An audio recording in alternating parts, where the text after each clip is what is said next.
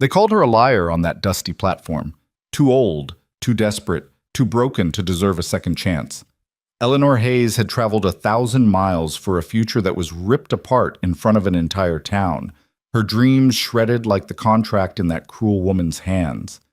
But what they didn't know was that rejection would forge her into something far stronger than a mail-order bride could ever be.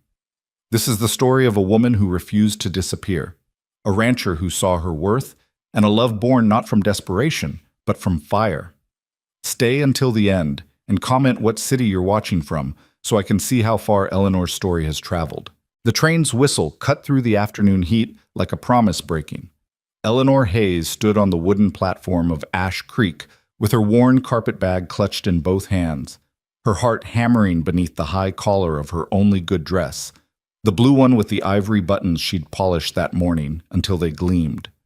Around her, the frontier town sprawled in shades of dust and determination, false-fronted buildings that pretended to be more than they were, a wide dirt street rutted by wagon wheels, and beyond it all, the vast Montana sky that seemed to swallow everything beneath it.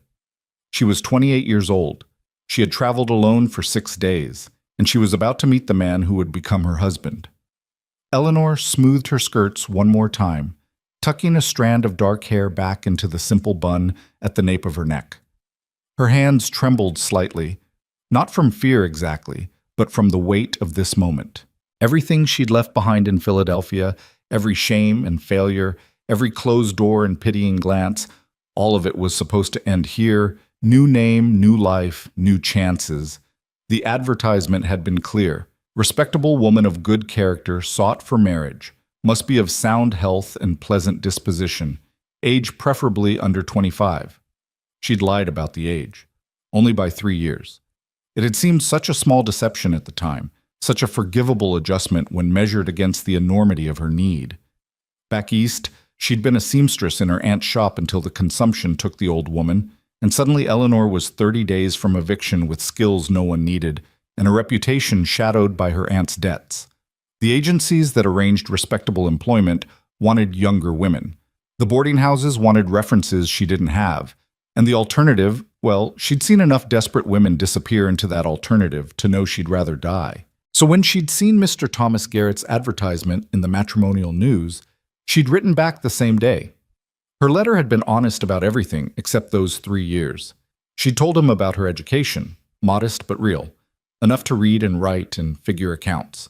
She told him about her work ethic, her health, her lack of family ties that might complicate a new beginning. She'd even confessed that she wasn't pretty in the conventional sense, but that she knew how to keep a house and had been told she had kind eyes. His response had come 6 weeks later, formal but not unkind. He ran a mercantile in Ash Creek, Montana territory. He was 35, a widower of 2 years, respected in the community. He needed a wife to help with the business, and eventually, God willing, to help raise a family. He'd sent a contract, 2 pages of careful script outlining expectations and responsibilities, and tucked inside a railroad ticket. Eleanor had signed it with a hand that barely shook. Now, standing on this platform, with the sun beating down on her shoulders and the other passengers dispersing into the arms of waiting families, she searched the scattered crowd for a face that might be his. She had no photograph, only a description: tall, dark-haired, clean-shaven, likely to be wearing a town suit rather than ranch clothes. "Miss Hayes?" Eleanor turned toward the voice, relief flooding through her. A young man in a clerk's vest stood a few feet away, his expression professionally neutral. "Yes," she said, managing a smile. "Yes, I'm Eleanor Hayes. Mr. Garrett sent me to escort you to the store, ma'am, if you'll follow me." The relief curdled into something else. He didn't come himself? The clerk shifted his weight, glancing away. "No, ma'am. He thought it best I bring you round." Best. The word hung in the air between them, ominous in its vagueness. But Eleanor lifted her chin and followed him down the platform steps, her bag heavy in her hand. Perhaps Thomas Garrett was simply busy with the store. Perhaps he was nervous. Perhaps he was a practical man who didn't see the need for romantic gestures when a proxy would do. Perhaps.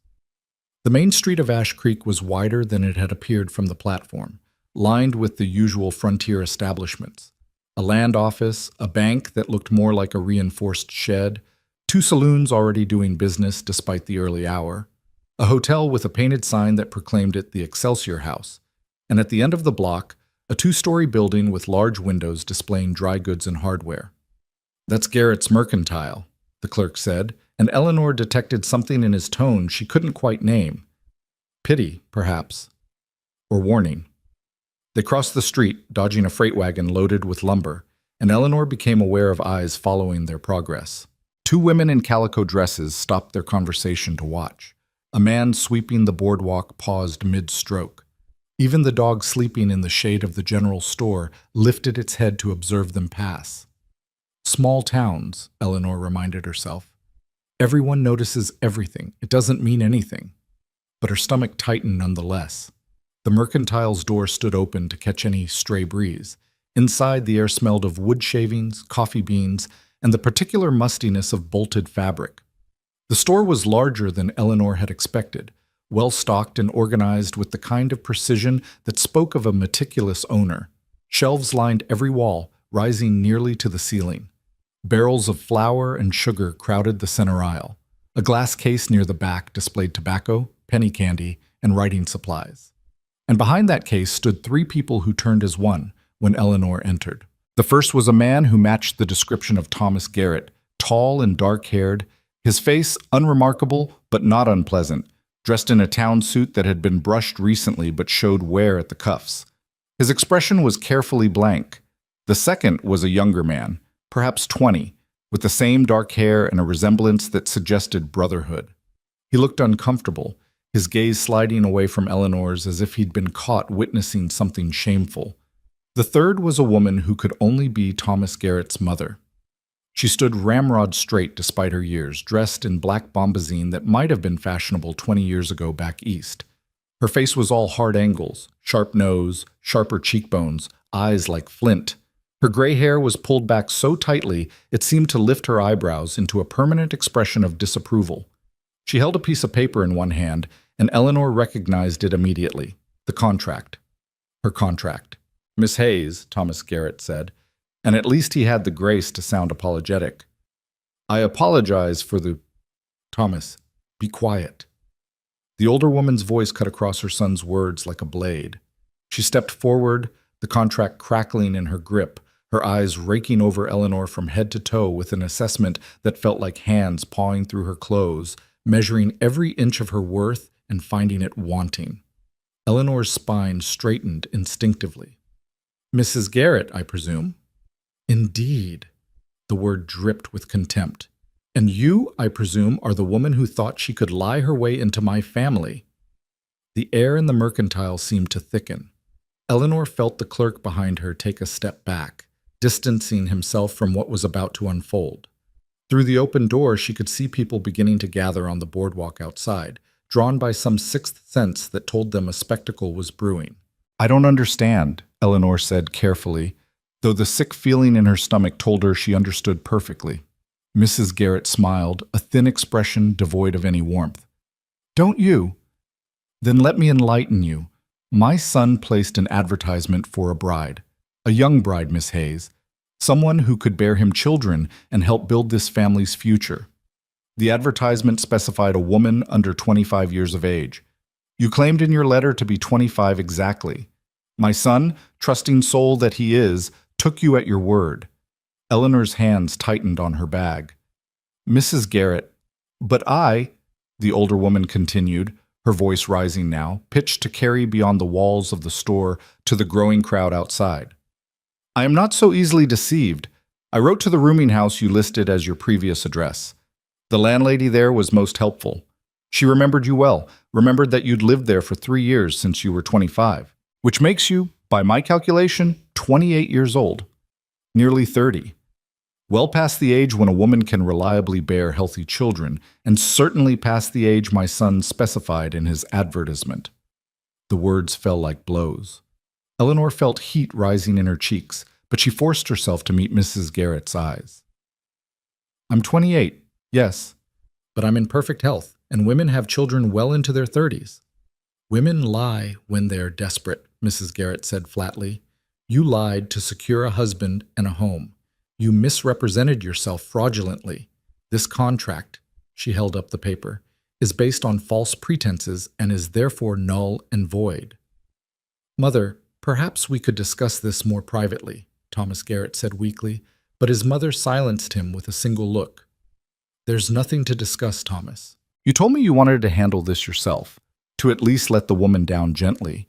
But I warned you that softness would only encourage her to plead and scheme. No. This ends here, publicly, so there can be no question of what transpired. Eleanor's vision blurred at the edges. The crowd outside had grown larger. She could see them pressing against the doorway, faces eager for tragedy, the way people always are when it's happening to someone else. She recognized the hunger in their expressions, the same hunger she'd seen on the faces of her aunt's former customers when the creditors had come, when Eleanor had been forced to sell the last of the shop's inventory on the street for pennies on the dollar. People loved watching someone fall. Mrs. Garrett, Eleanor tried again, hating the way her voice shook. I apologize for the deception. It was wrong, but I came here in good faith. I traveled 6 days alone with everything I own in this bag, and you what? The older woman took a step closer, her eyes glittering. You expected us to simply accept you? To overlook your dishonesty because you went to the trouble of getting on a train? That's not how the world works, Miss Hayes. Actions have consequences. Lies have consequences. She held up the contract between them, and for a moment Eleanor thought she might thrust it at her, force her to take it back. Instead, Mrs. Garrett smiled again, that terrible, thin smile, and tore the paper in half. The sound seemed impossibly loud in the sudden silence. No, Eleanor whispered. Mrs. Garrett tore it again, and again. She let the pieces fall from her hands to scatter across the mercantile floor like snow, like the last remnants of Eleanor's carefully constructed hope. That is what I think of your contract, Miss Hayes. That is what I think of liars who try to infiltrate decent families through fraud and deception. You are not welcome in my son's home. You are not welcome in this town. And if you have any dignity left at all, you'll be on tomorrow's train back to whatever pit of desperation you crawled out of. Eleanor stared at the scattered paper. She should bend down and pick up the pieces, she thought distantly. She should gather them up, try to prove the contract had existed, that she'd had every right to be here. But her legs wouldn't move. Her whole body felt frozen, locked in place while the crowd outside pressed closer, their faces a blur of judgment and satisfaction. Thomas? She turned to the man who was supposed to be her husband, searching his face for any sign of protest, any hint of the person who'd written those careful, not unkind letters. He wouldn't meet her eyes. I'm sorry, he mumbled. But Mother's right. You shouldn't have lied. His brother shifted uncomfortably but said nothing.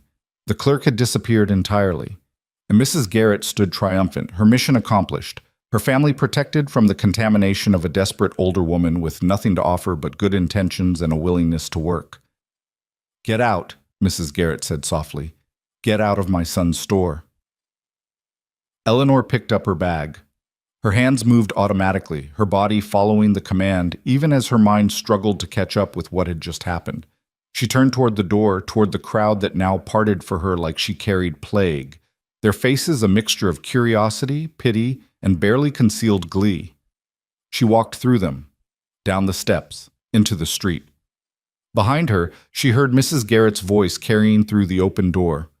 Let that be a lesson to anyone else who thinks they can come to Ash Creek and make fools of honest people. We don't tolerate that kind of deception here. We have standards. The crowd began to disperse, already turning Eleanor's humiliation into a story they'd tell over dinner, embellishing it with each retelling until she became a cautionary tale, a warning to young girls about the dangers of desperation and the folly of trying to escape your circumstances through lies. Eleanor walked without direction, her eyes fixed straight ahead, refusing to let them see her cry. The main street stretched before her like a sentence. At the far end she could see the train tracks, the depot, the route back to everything she'd tried to escape. But tomorrow's train might as well have been a year away. She had barely enough money left for a week's worth of meals, let alone a ticket back east. And even if she did, back to what? To whom? There was nothing waiting for her in Philadelphia but the same closed doors and pitying glances, only now with failure added to her list of shortcomings. She found herself at the edge of town without meaning to, where the buildings gave way to scattered houses and eventually to open land. A wooden bench sat beneath a cottonwood tree, placed there perhaps for travelers to rest while waiting for the stage. Eleanor sank onto it, her bag at her feet, and finally let herself feel the full weight of what had happened. She'd been so careful, so methodical. She'd planned every detail of her escape, saved every penny, rehearsed every word she'd say when she finally met Thomas Garrett. She'd imagined 100 different versions of her arrival, some awkward, some sweet, some simply practical, but never this. Never this public dismantling, this calculated cruelty designed not just to reject her, but to ensure she understood exactly how unwelcome she was. The sun was beginning its descent toward the mountains, painting the sky in shades of amber and rose. It would be dark in a few hours. She needed to find somewhere to sleep, somewhere to think, somewhere to figure out what came next when you'd gambled everything and lost. Eleanor opened her bag and took inventory with shaking hands. 3 dresses, including the one she wore, 2 sets of undergarments, 1 nightgown, 1 pair of spare shoes that pinched, a hairbrush missing several teeth, a small sewing kit, a Bible her aunt had given her that Eleanor rarely opened, and at the very bottom, wrapped in a handkerchief, the sum total of her remaining funds. She counted it twice. $7.35. $7.35 between her and absolute destitution. She sat there as the light faded, watching the town of Ash Creek settle into its evening rhythms. Lamps flickered to life in windows. The saloons grew louder. Somewhere a baby cried, and a woman's voice sang a lullaby that drifted through the cooling air. Normal sounds, life continuing for everyone except her. You planning to sleep out here? Eleanor's head snapped up. A man stood a few feet away, silhouetted against the dying light. Her first instinct was fear. A woman alone at dusk in an unfamiliar place had every reason to be afraid. But something in his stance, the careful distance he maintained, the genuine question in his voice rather than threat, made her pause. "I don't know," she admitted. He stepped closer, and she could see him better now. He was tall, with broad shoulders and hands that looked like they'd worked hard for every callus. His clothes were clean but worn, canvas trousers, a cotton shirt rolled to the elbows, boots that had seen 1,000 miles. His face was weathered in the way of men who spent their lives under the western sun, lined at the corners of his eyes and mouth, his jaw shadowed with a few days' growth of beard. He might have been 35 or 45. It was hard to tell with men shaped by wind and work. But his eyes, when they met hers, were a clear gray blue, and they held something she hadn't seen in any face today. Simple human decency. "You're the woman from the train," he said. It wasn't a question. Eleanor braced herself for judgment, for another recitation of her sins. "Yes." "Heard what happened at the Mercantile?" "Of course you did." She couldn't quite keep the bitterness from her voice. "I imagine everyone in Ash Creek heard by now." To her surprise, he nodded. News travels fast in small towns, usually gets meaner with each telling. He paused, seeming to consider his next words carefully. Constance Garrett has a talent for making sure everyone hears her version of events first and loudest. Constance. So that was the old woman's name. Eleanor filed it away in the part of her mind that collected the names of people who'd hurt her, though she doubted she'd ever forget this particular one. "She certainly made her feelings clear," Eleanor said. "She usually does." The man shifted his weight, and Eleanor noticed he held his hat in his hands, turning it slowly. A gesture of respect, or perhaps nervousness. "Look, I don't mean to intrude, but it's getting dark, and this isn't the best place for a lady to spend the night. The Excelsior House rents rooms by the week. Mrs. Chen, who runs it, is fair and doesn't gossip much." "Thank you," Eleanor said quietly. I'll consider it." He nodded and turned to go, and Eleanor watched him take 3 steps before her mouth moved faster than her pride. "Wait." He stopped. "I'm sorry, but I don't know your name." He turned back, a faint smile crossing his weathered face. Caleb Mercer." "Mr. Mercer." Eleanor stood, brushing dust from her skirts in an automatic gesture. "I appreciate your concern. Truly. But I should be honest, I have very little money, certainly not enough for a week's lodging and a train ticket back east. So I'm not sure what I'll do exactly, but I wanted you to know I'm not looking for charity. Didn't think you were, Caleb said. You don't have the look of someone who asks for handouts. What do I have the look of? The question came out sharper than she intended, all the day's humiliation suddenly rising in her throat like bile. But Caleb Mercer didn't flinch. He studied her for a long moment, and Eleanor had the strange sensation of being truly seen for the first time since she'd arrived in Ash Creek.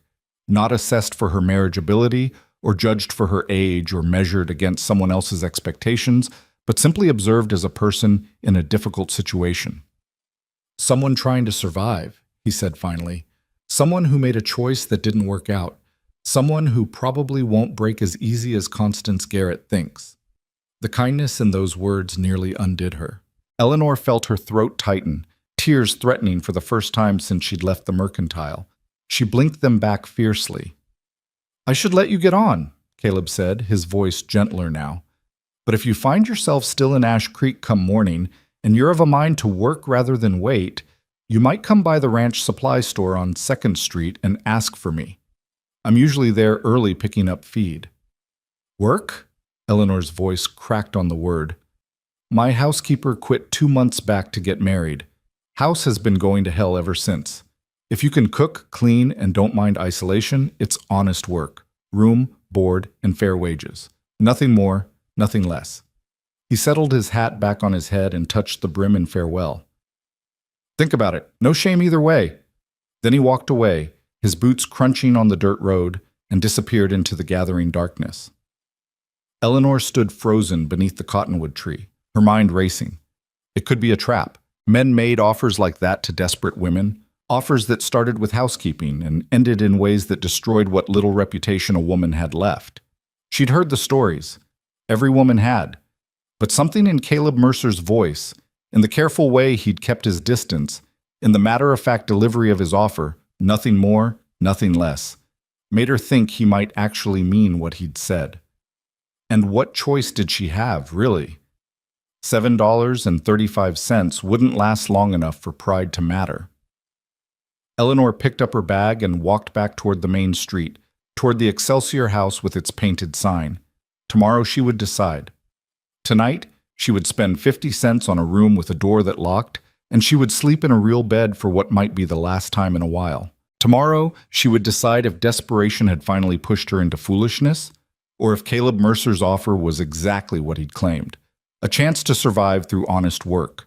Tomorrow, she would take the first step toward becoming something other than the woman who'd been rejected on a train platform. Tomorrow, Eleanor Hayes would stop being a cautionary tale and start being whoever came next. But tonight, walking through the darkening streets of Ash Creek with her carpet bag heavy in her hand and the eyes of the town still on her, all she could do was put one foot in front of the other and hold her head high.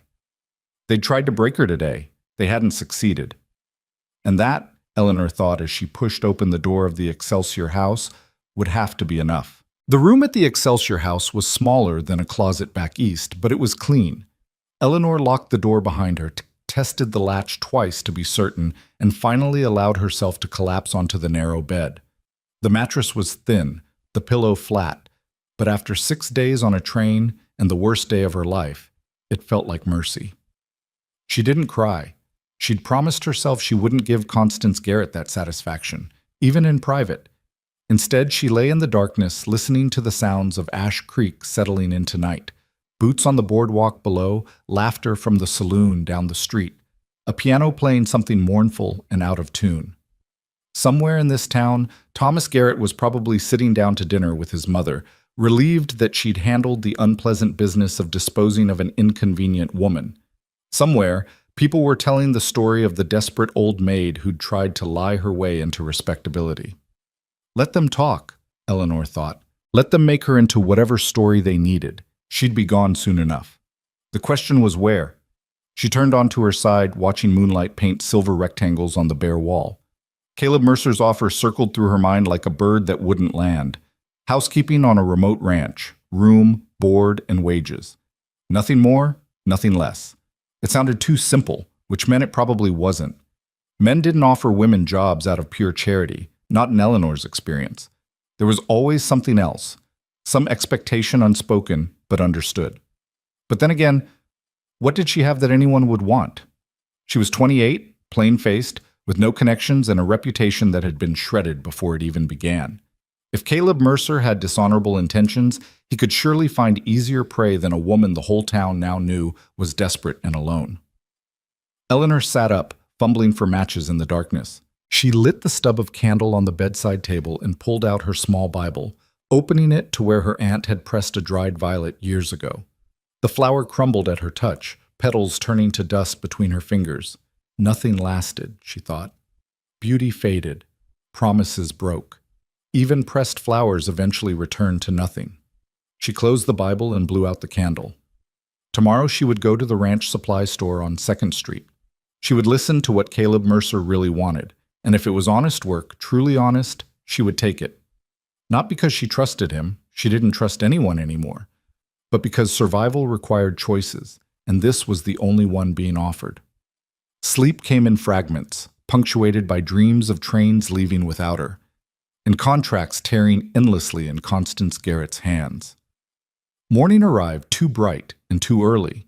Eleanor washed in the basin of cold water, dressed in her second-best dress, a gray cotton that wouldn't show dirt, and pinned her hair with hands that had finally stopped shaking. In the small mirror above the washstand, her reflection looked older than 28. The journey and the humiliation had carved new lines around her eyes, new shadows beneath them. But her gaze was steady. That was something. Downstairs, the dining room smelled of coffee and fried potatoes. A handful of guests sat at the long table, 2 men in dusty trail clothes who didn't look up from their plates, and a severe woman in widow's weeds who watched Eleanor enter with undisguised curiosity. Mrs. Chen, the proprietress, appeared from the kitchen carrying a pot of coffee. She was a small woman with shrewd eyes and gray streaking her black hair, her accent marking her as one of the Chinese immigrants who'd come with the railroad and stayed when the work dried up. "You eat?" she asked Eleanor, her English blunt but clear. "Just coffee, please. I can't afford—" Mrs. Chen made a dismissive sound and returned with coffee and a plate of food anyway. "You pay for room, you eat. House rule." Eleanor wanted to argue, but her stomach betrayed her with a loud growl. She ate quickly, aware of the widow woman's stares, aware of the whispers that would start the moment she left. The coffee was strong and bitter, exactly what she needed. "Thank you," she told Mrs. Chen, leaving 2 coins on the table. "I'll need the room one more night, if it's available." "Available," Mrs. Chen said, pocketing the coins. Then, lower. "You need work. You talk to me first. I know people. Safer than some offers." Eleanor met the older woman's eyes and saw understanding there, and warning. Mrs. Chen had survived in a frontier town as a foreign woman running a business. She knew exactly how many dangers waited for someone in Eleanor's position. "I'll remember that," Eleanor said. "Thank you." The morning sun was already hot when Eleanor stepped outside, the street busy with wagons and riders heading toward the various ranches and claims that surrounded Ash Creek. She asked a boy sweeping the boardwalk where to find 2nd Street, and he pointed wordlessly toward the east end of town, his eyes wide with recognition. Even the children knew her story now. The ranch supply store was a long building with corrals out back where horses stood hip-shot in the shade. Inside, it smelled of leather and hay and horse sweat, familiar smells that reminded Eleanor of her childhood before the city, before her aunt, before everything had narrowed to survival. A clerk was measuring out lengths of rope for a customer, and in the corner, examining a bridle with the focused attention of someone who knew exactly what he was looking for, stood Caleb Mercer. He looked up when Eleanor entered, and something in his face shifted, not quite surprise, but a careful neutrality that suggested he'd expected her and was now trying not to show relief or concern or whatever he actually felt. "Miss Hayes," he said, setting down the bridle. "You came." "I said I'd think about it." Eleanor kept her voice steady. "I'd like to hear more about this position." "Fair enough." Caleb glanced at the clerk, who was very obviously pretending not to listen. "There's a cafe across the street. We could talk there." The cafe was nearly empty, just an old man nursing coffee in the corner and a tired-looking waitress who brought them 2 cups without being asked. Eleanor wrapped her hands around the warm ceramic, grateful for something to hold. "Here's the truth," Caleb said without preamble. "I run a cattle ranch about 2 hours north of here. Small operation, just me and 2 hands who live in the bunkhouse. Had a woman named Mrs. Kowalski keeping house for the past 5 years. Cooking, cleaning, mending, all the things I'm no good at. She got married in July and moved to her husband's place in Helena. I've been making do since then, but the house is a disaster, and the hands are threatening mutiny over my cooking." Eleanor listened, watching his face. He met her eyes directly when he spoke, no shifting or hedging. "I need someone who can manage a household," he continued. 3 meals a day for anywhere from 3 to 5 men depending on season. Cleaning, laundry, basic mending. The house isn't fancy, but it's solid. 3 bedrooms upstairs, kitchen and parlor down. You'd have your own room with a lock on the door. He emphasized those last words deliberately.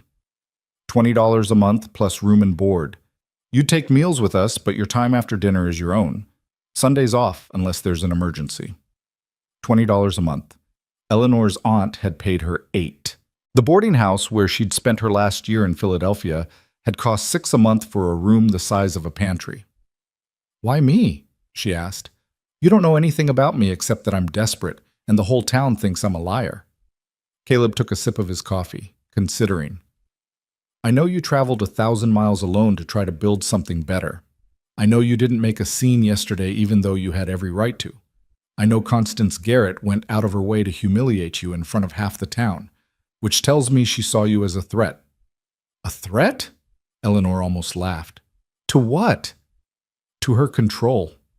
Caleb set down his cup. "Constance runs this town like it's her personal kingdom. Her husband was mayor for 20 years before he died. Her oldest son runs the mercantile. Her youngest is being groomed for territorial legislature. She decides who's respectable and who isn't, who gets credit at the stores and who doesn't, whose daughters are suitable for whose sons. A woman coming in from outside, not already sorted into her system, that's dangerous to someone like her." Eleanor thought about the way Constance had smiled when she tore up the contract, the satisfaction in her voice when she'd ordered Eleanor to leave. It hadn't just been about protecting her son. It had been about power. "But that still doesn't explain why you're offering me work," Eleanor said. "For all you know, I could be exactly what she said, a liar and a fraud." "Could be," Caleb agreed. "Or you could be a woman who adjusted her age by 3 years because she knew no one would give her a chance otherwise. I've stretched the truth in my time too, Miss Hayes. Most people have, when the alternative was worse." The waitress refilled their cups, her presence buying Eleanor a moment to think. This could still be a mistake. He could still be something other than what he appeared, but Mrs. Chen's words echoed in her mind, safer than some offers. And Eleanor realized that the old woman's warning hadn't been about Caleb Mercer specifically. It had been about the world in general, and the fact that even dangerous choices were still choices. "If I agree," Eleanor said slowly, "and it doesn't work out, if you're not satisfied with my work, or if I find the situation isn't what you've described, what then? Then I pay you for the time worked and drive you back to town. No questions asked. I'm not looking to trap anyone, Miss Hayes. I'm looking for help running a ranch." Eleanor studied his weathered face, the gray-blue eyes that held hers without wavering. She thought about her $7.35. She thought about Mrs. Chen's kindness and the widow woman's stares and the way Thomas Garrett hadn't even had the courage to reject her himself. She thought about going back east with nothing, or staying in Ash Creek where everyone knew her as the desperate woman who'd lied about her age. "I can cook," she said. "Not fancy, but substantial. I can clean and mend. I'm not afraid of hard work. That's all I'm asking for." "Then I accept your offer, Mr. Mercer. When would you like me to start?" "Tomorrow morning. I'll pick you up at the Excelsior House at dawn. Bring whatever you have. The ranch isn't close to town, so you won't be coming back often." They shook hands across the table, his grip firm and brief, and Eleanor felt something shift inside her chest. Not hope exactly, she'd learned better than that, but possibility. A door opening when she'd thought they were all closed. She spent the rest of the day preparing. She washed her clothes in the basin in her room and hung them to dry by the window. She inventoried her sewing kit and found it adequate but not impressive. She counted her money again, $6.85 now, after 2 nights at the Excelsior House, and tucked it into the hidden pocket she'd sewn into her best dress. Mrs. Chen brought her an extra biscuit at dinner, and Eleanor thanked her and accepted the unspoken blessing in the gesture. That evening, as the sun painted the mountains gold and purple, Eleanor stood at her window watching Ash Creek settle into its rhythms. Somewhere out there, beyond the edge of town, was a ranch where she'd be starting over. Again. The thought should have exhausted her, but instead she felt a strange calm. She'd survived yesterday's humiliation. She'd survived the night. She'd made a choice that might be wrong, but was at least hers to make. In the street below, she saw a familiar figure, Constance Garrett, walking with 2 other women, their heads bent together in conversation. Eleanor watched them pause outside the mercantile, watched Constance gesture emphatically while the other women nodded, spreading more poison probably, making sure everyone knew that the desperate woman was still in town, still a cautionary tale. Eleanor stepped back from the window. Let them talk. Tomorrow she'd be gone, and Ash Creek could find someone else to feed its appetite for scandal. She slept better that night and woke before dawn to find frost on the window. Autumn was coming, and with it the Montana winter everyone spoke of with mixture of respect and dread. Eleanor dressed in her warmest clothes, packed her bag, and carried it downstairs where Mrs. Chen was already up, starting the kitchen fire. "You go to Mercer Ranch?" Mrs. Chen asked. "Yes. How did you know?" The old woman smiled slightly. "Small town. People talk. Mercer is good man. Fair. You work hard. He treats you right. You know him?" "Everyone know Mercer. He come here 8 years ago, buy ranch from widow who couldn't manage alone. Pay fair price, hire her son as hand. That's the kind of man he is." Mrs. Chen pressed a cloth-wrapped bundle into Eleanor's hands. "Biscuits. For Journey." Eleanor's throat tightened. "Thank you. For everything. You need room again. You come back. Door always open for women who work hard." The sky was just beginning to lighten when Caleb Mercer's wagon pulled up outside. Eleanor climbed up beside him, her bag at her feet, and they rolled out of Ash Creek as the town began to wake. She didn't look back. The road north was rough, winding through grassland that stretched endlessly toward mountains whose peaks still held snow despite the season. They passed other ranches, most just clusters of buildings against the vast landscape, and Caleb pointed out landmarks. A distinctive rock formation, a creek that ran year-round, the place where the road forked toward the mining camps in the hills. They didn't talk much. Eleanor was grateful for the silence, for the chance to watch the country change around her, to feel distance growing between herself and yesterday's shame. The air smelled different out here, cleaner, tinged with sage and grass and the particular crispness that came before true cold. "That's it," Caleb said finally, pointing ahead. The ranch sat in a shallow valley, sheltered on 3 sides by low hills. The house was 2 stories of weathered wood, solid and plain, with a porch that wrapped around the front. Beside it stood a barn, a bunkhouse, and several smaller outbuildings. Cattle grazed in the distance, dark shapes against the golden grass. It wasn't pretty in any conventional sense, but it looked real and permanent, like it had earned its place in this landscape. 2 men emerged from the barn as the wagon approached. Ranch hands, Eleanor guessed, from their work-worn clothes and the way they moved with the easy confidence of men who knew their business. The younger one was perhaps 20, tall and rail-thin with red hair. The older was stocky and weathered, his face hidden partly by a full beard.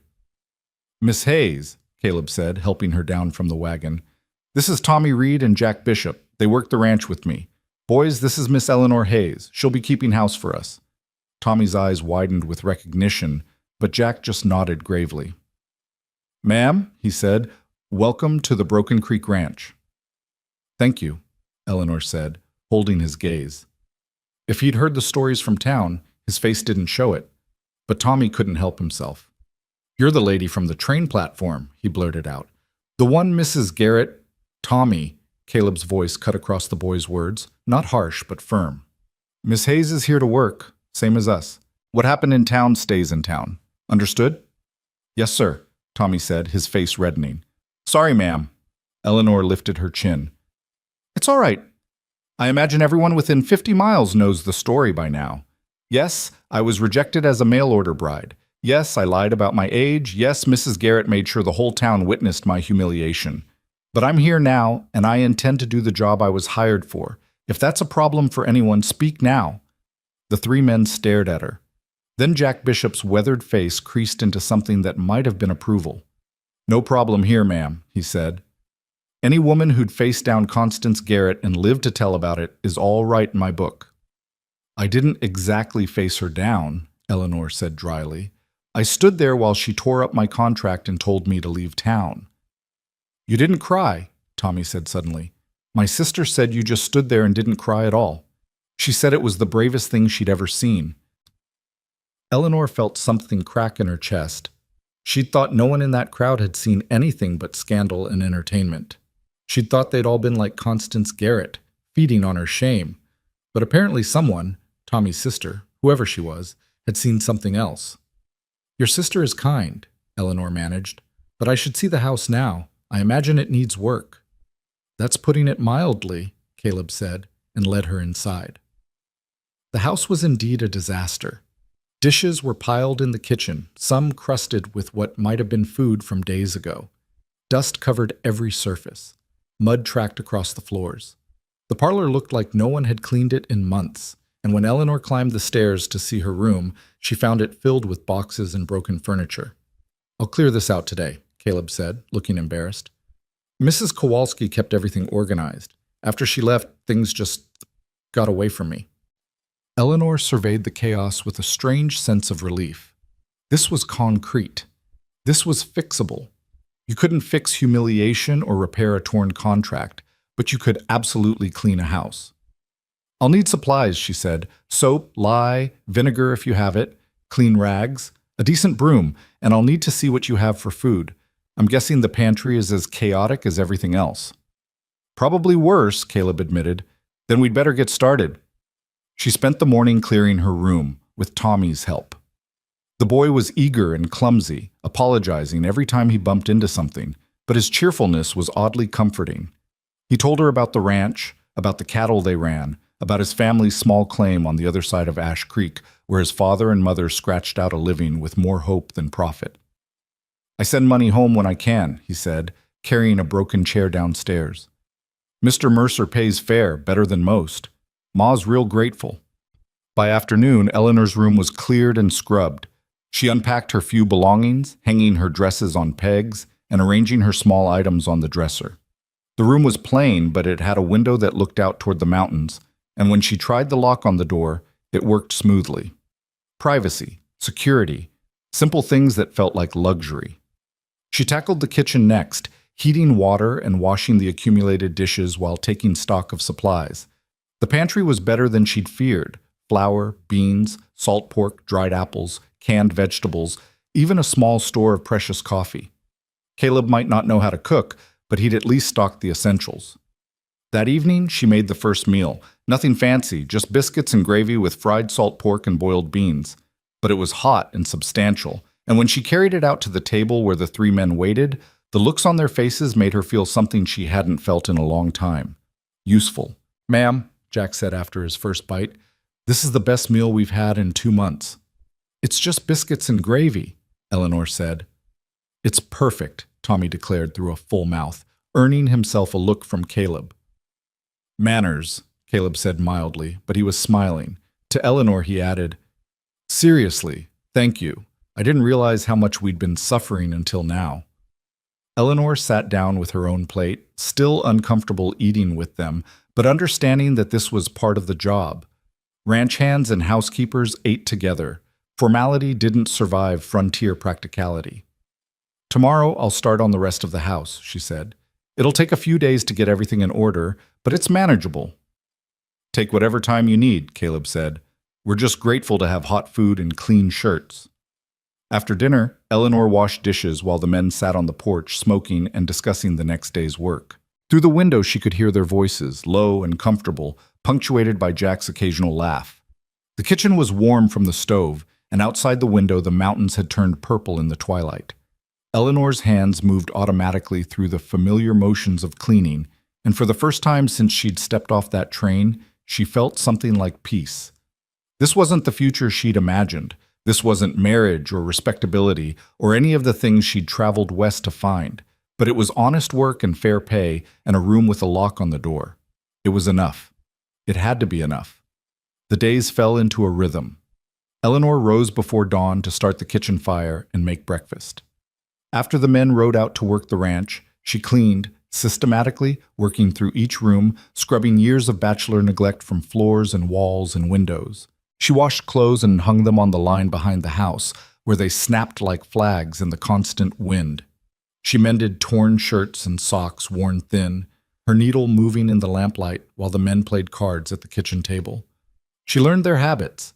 Jack liked his coffee strong enough to stand a spoon in. Tommy would eat anything but had a weakness for dried apple pie. Caleb was quiet in the mornings, more talkative in the evenings after the day's work was done. None of them questioned her presence or made her feel unwelcome.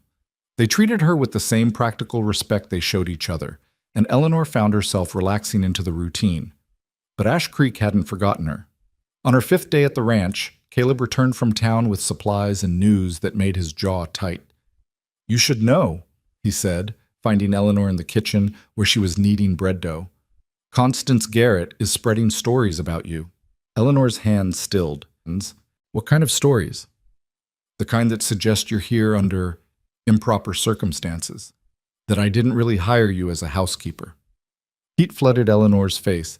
She should have expected this, should have known that a woman like Constance Garrett wouldn't be satisfied with just one humiliation. "I see," she said quietly. "Do you want me to leave?" "What? No." Caleb looked genuinely startled. "Why would I want that?" "Because now I'm not just a liar, I'm also a woman of questionable morals, and having me here damages your reputation."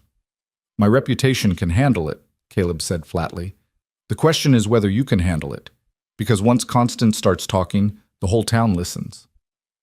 Eleanor thought about the widow woman at the Excelsior house, about the boy who'd pointed silently when she asked for directions, about Tommy's sister who'd called her brave. She thought about the contract torn to pieces, about 6 days on a train for nothing, about every door that had closed in Philadelphia before she'd left. "I can handle it," she said, and went back to kneading dough. That night, lying in her room with moonlight painting silver across the floorboards, Eleanor listened to the wind howl around the house and made herself a promise. She wouldn't hide. She wouldn't slink away from town whenever Caleb needed to go for supplies. She wouldn't give Constance Garrett the satisfaction of seeing her cower. She'd come west to build a new life. That life might not look like she'd planned, but it was hers, earned through work and purchased with humiliation. And she'd be damned if she let anyone take it away. The test came sooner than expected. A week after Caleb's warning, he asked if she wanted to ride into Ash Creek with him for supplies. "You don't have to," he said. "I can bring back whatever you need." "I'll come," Eleanor said, and ignored the way her stomach clenched with nerves. The town looked exactly the same, dusty and determined, sprawling against the big sky. But everything felt different now. Eleanor climbed down from the wagon in front of the general store with her shopping list in hand and her head high, and walked inside like she had every right to be there. The store went quiet when she entered. 3 women who'd been examining fabric turned to stare. The clerk behind the counter, not the same one who'd escorted her from the train, thankfully, looked uncomfortable. Eleanor pulled out her list. "I need 5 pounds of flour, 2 of sugar, salt and baking powder. Also thread if you have it, white and black." Yes, ma'am," the clerk stammered, and began gathering her order. One of the women whispered something to her companions, and they giggled. Eleanor felt her face heat but kept her eyes on the clerk. Behind her, the door opened and she heard Caleb's boots on the wooden floor. He didn't say anything, just stood there, a quiet presence at her back. "That'll be $2.40, the clerk said. Eleanor counted out the money from her wages, her own money, earned through her own work. The coins rang on the counter like small victories. "Thank you," she said clearly, and turned to leave. "Excuse me." The voice came from one of the women, younger than Eleanor, perhaps 22 or 23, wearing a dress that suggested her family had money. Her face was alight with malicious curiosity. "Yes?" Eleanor said. "I just wanted to say, it's very brave of you to show your face in town. After everything that happened, most women would be too ashamed. The other women tittered. The clerk looked down at his ledger, and Eleanor felt something cold and hard settle in her chest. Shame, she said slowly, is what you feel when you've done something wrong. I came to Ash Creek in good faith, looking for an honest chance at a new life. If that makes me shameful, then I'll own it. But I wonder what word we'd use for someone who goes out of their way to humiliate a stranger for entertainment. Do you know, miss? The young woman's smile faltered. I didn't think so, Eleanor said. Good day. She walked out with Caleb behind her, her packages in her arms and her heart hammering. Only when they were in the wagon, rolling out of town, did she let herself breathe. You all right? Caleb asked. No, Eleanor admitted, but I will be. He nodded, and they rode in silence for a while. Then, you did good in there. I wanted to hit her, Eleanor confessed. I know, but you didn't. That's worth more. Maybe, Eleanor thought. Or maybe standing up to petty cruelty with calm words was just another form of survival. Either way, she'd done it. She'd faced down the gossip and walked out standing. It wasn't victory exactly, but it wasn't defeat either, and for now, that would have to do. The confrontation in the general store should have been the end of it, but Eleanor was learning that Constance Garrett didn't know how to let things go. Over the following weeks, the rumors grew more vicious. Caleb heard them in town, whispers that Eleanor wasn't just a housekeeper, but something far less respectable, that she'd seduced him into giving her work, that the whole arrangement was a scandal waiting to explode. The other ranchers' wives, most of whom took their social cues from Constance, began to treat Caleb with a coolness that bordered on contempt. Mrs. Patterson crossed the street to avoid speaking to me yesterday, Caleb told Eleanor one evening as she served dinner. His voice was carefully neutral, but she could see the tension in his shoulders. And Frank Morrison made some comment about me keeping company that wasn't exactly friendly. Eleanor set down the platter of roast chicken with more force than necessary. I should leave. This is exactly what I was afraid of. My presence is hurting you. You're not going anywhere, Jack said gruffly, helping himself to potatoes. Let them talk. We know the truth. The truth doesn't matter if no one believes it, Eleanor said. In a town like Ash Creek, perception is reality. And right now, everyone perceives me as a fallen woman corrupting a decent man. Tommy looked miserable. My ma asked me about it last Sunday. She wanted to know if there was anything improper going on. I told her no, that you keep to yourself and work hard, but I could tell she didn't quite believe me. Even your mother thinks I'm a harlot, Eleanor said flatly. That's wonderful. She doesn't think that, Tommy protested. She's just worried about what people are saying. Ma cares a lot about what people think. Most people do, Caleb said quietly. That's what gives someone like Constance Garrett her power. She controls the narrative and everyone else falls in line because they're afraid of being the next target. Eleanor pushed food around her plate, her appetite gone. She'd thought standing up to the gossip would be enough, that showing her face in town with dignity would eventually win people over. But she'd underestimated Constance's determination and the town's willingness to believe the worst. There's a town meeting next week, Caleb continued, his voice careful. Constance has been pushing for it. She's convinced the council that we need to discuss moral standards in the community. Eleanor's fork clattered to her plate. She's calling a meeting about me? Not specifically, but everyone knows that's what it's really about. She'll make it sound like she's concerned about the town's reputation, about protecting families and upholding decency, and then she'll find a way to make an example of you. An example how? Eleanor felt her chest tighten with familiar panic. What can she actually do? In a town like this? Jack shook his head grimly. Plenty. She can pressure the merchants not to serve you. She can make sure no one will hire you if you try to find other work. She can turn you into such a pariah that you'll have no choice but to leave. She can't force Eleanor to do anything, Tommy said, but he sounded uncertain. She doesn't have to use force, Caleb said. She just has to make staying here unbearable. Eleanor stood abruptly, carrying her plate to the kitchen, though she'd barely touched the food. Through the window, she could see the sun setting behind the mountains, painting the sky in shades of orange and purple that should have been beautiful, but just looked like fire. She'd survived being publicly rejected. She'd survived starting over with nothing. But she didn't know if she could survive being systematically destroyed by a woman who saw her as a threat to some imagined social order. Behind her, she heard Caleb dismiss the other men. Boots scraped on the floor, the door opened and closed, and then it was just the two of them in the kitchen with the lamps casting long shadows. "I won't let her run you off," Caleb said. Eleanor turned to face him. He stood in the doorway, his weathered face serious, his gray-blue eyes steady on hers. "You can't stop her," Eleanor said. "You've already done more for me than anyone had a right to expect. But this is my problem, not yours." "That's where you're wrong." Caleb stepped into the kitchen, his boots loud on the wooden floor. "When I hired you, I made it my problem.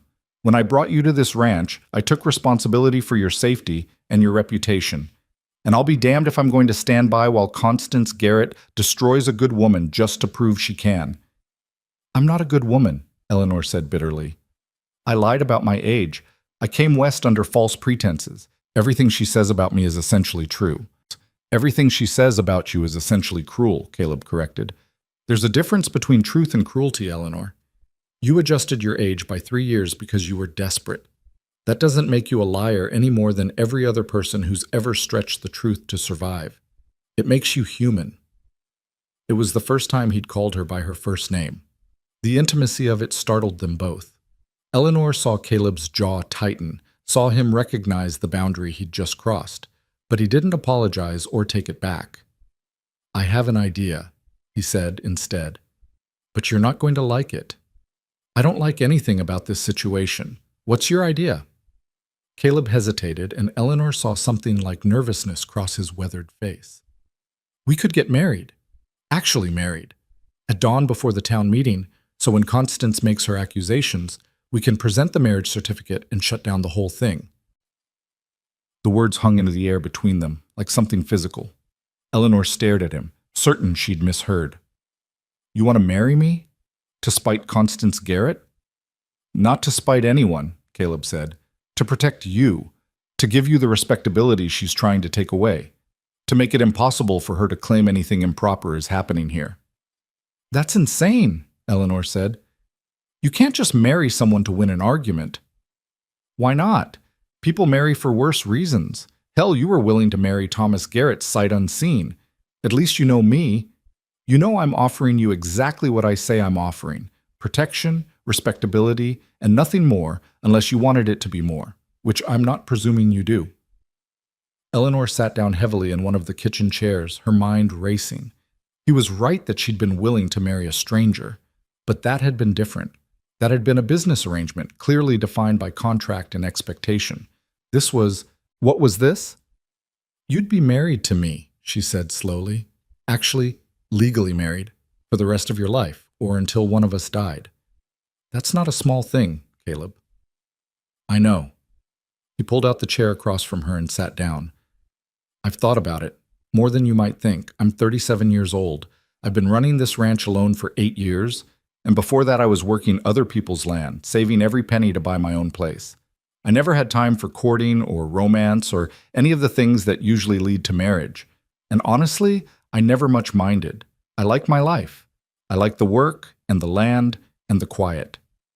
Then why complicate it with a wife you don't want?" "I didn't say I didn't want a wife." Caleb's voice was patient. "I said I never had time to find one. But you're here now. You're a good woman, Eleanor, no matter what you think about yourself. You work hard. You don't complain. You stand up to bullies with more courage than most men I know. And you deserve better than what this town is trying to do to you." Eleanor felt tears pricking at her eyes and blinked them back fiercely. "You barely know me." "I know enough, and we'd have time to learn the rest." "What if we can't stand each other a year from now?" "Then we'll be in the same position as half the married couples in Montana Territory," Caleb said with a slight smile. "We'll work it out, or we won't. But at least you won't be at the mercy of Constance Garrett's gossip." Eleanor pressed her hands to her face, trying to organize her scattered thoughts. This was madness. This was the most impulsive, reckless thing she'd ever considered, and she'd already traveled 1,000 miles on the word of a stranger. But the alternative was letting Constance win, letting herself be driven out of yet another place with nothing but shame and a carpetbag. "I wouldn't be a real wife," she said through her fingers. Not in all the ways wives are supposed to be. I understand that.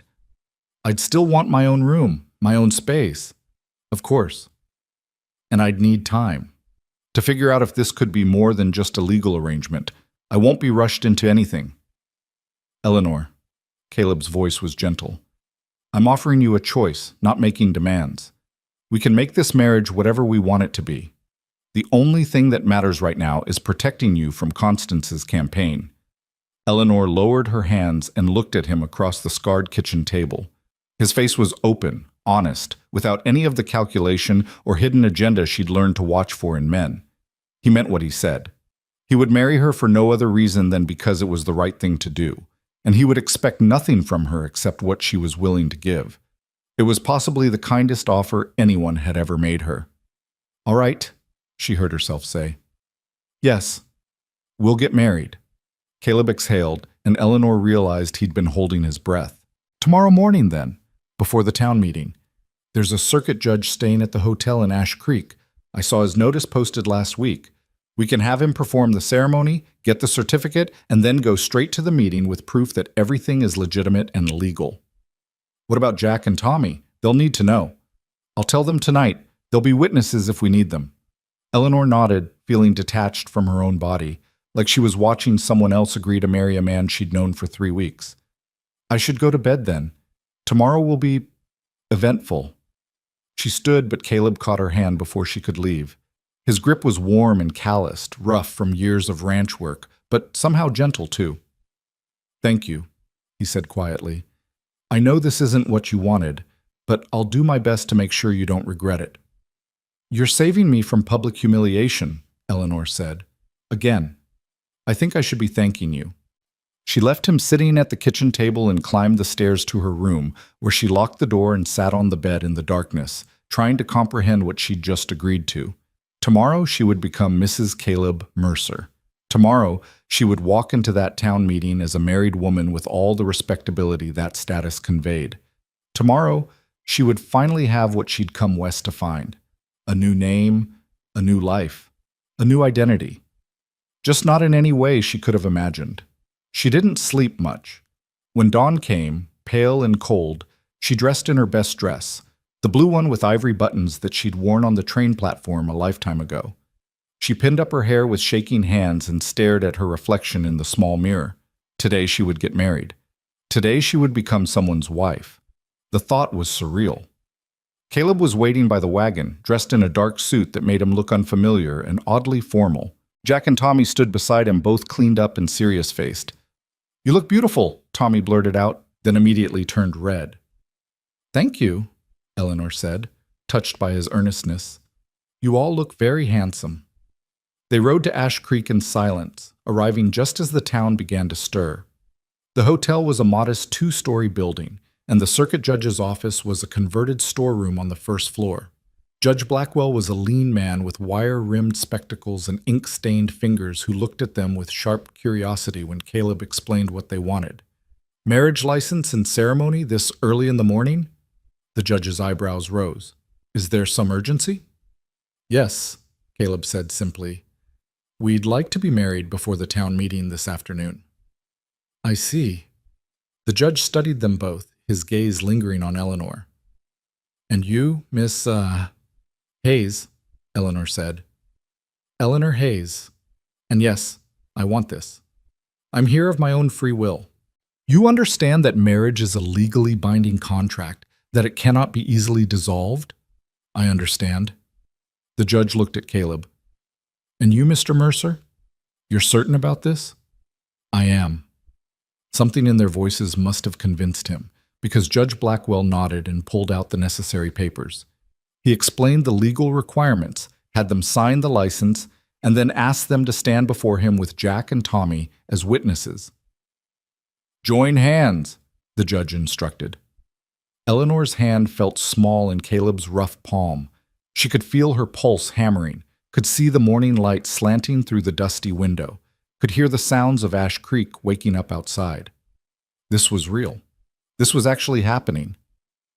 Do you, Caleb Mercer, take this woman to be your lawfully wedded wife? I do.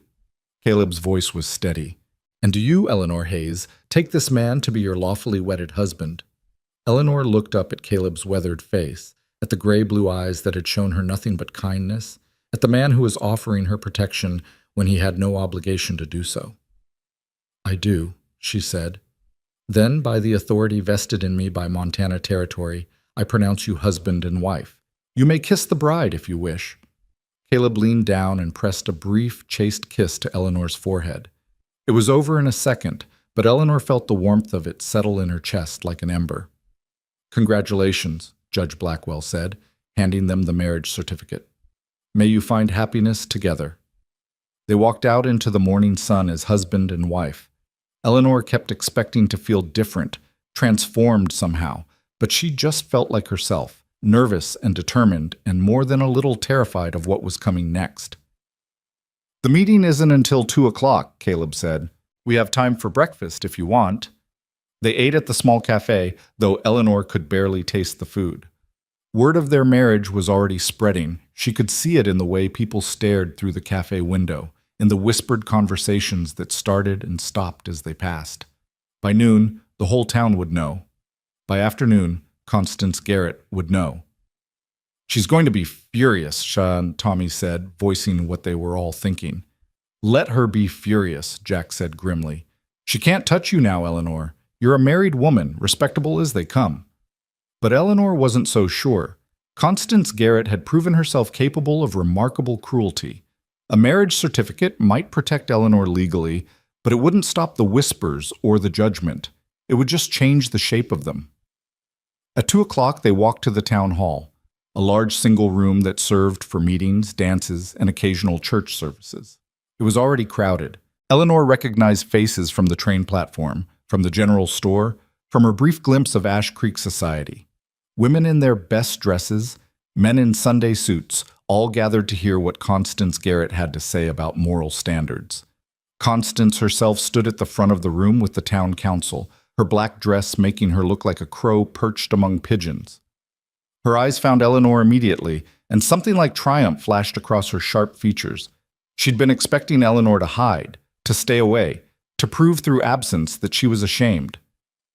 Eleanor lifted her chin and walked down the center aisle with Caleb at her side, Jack and Tommy following behind.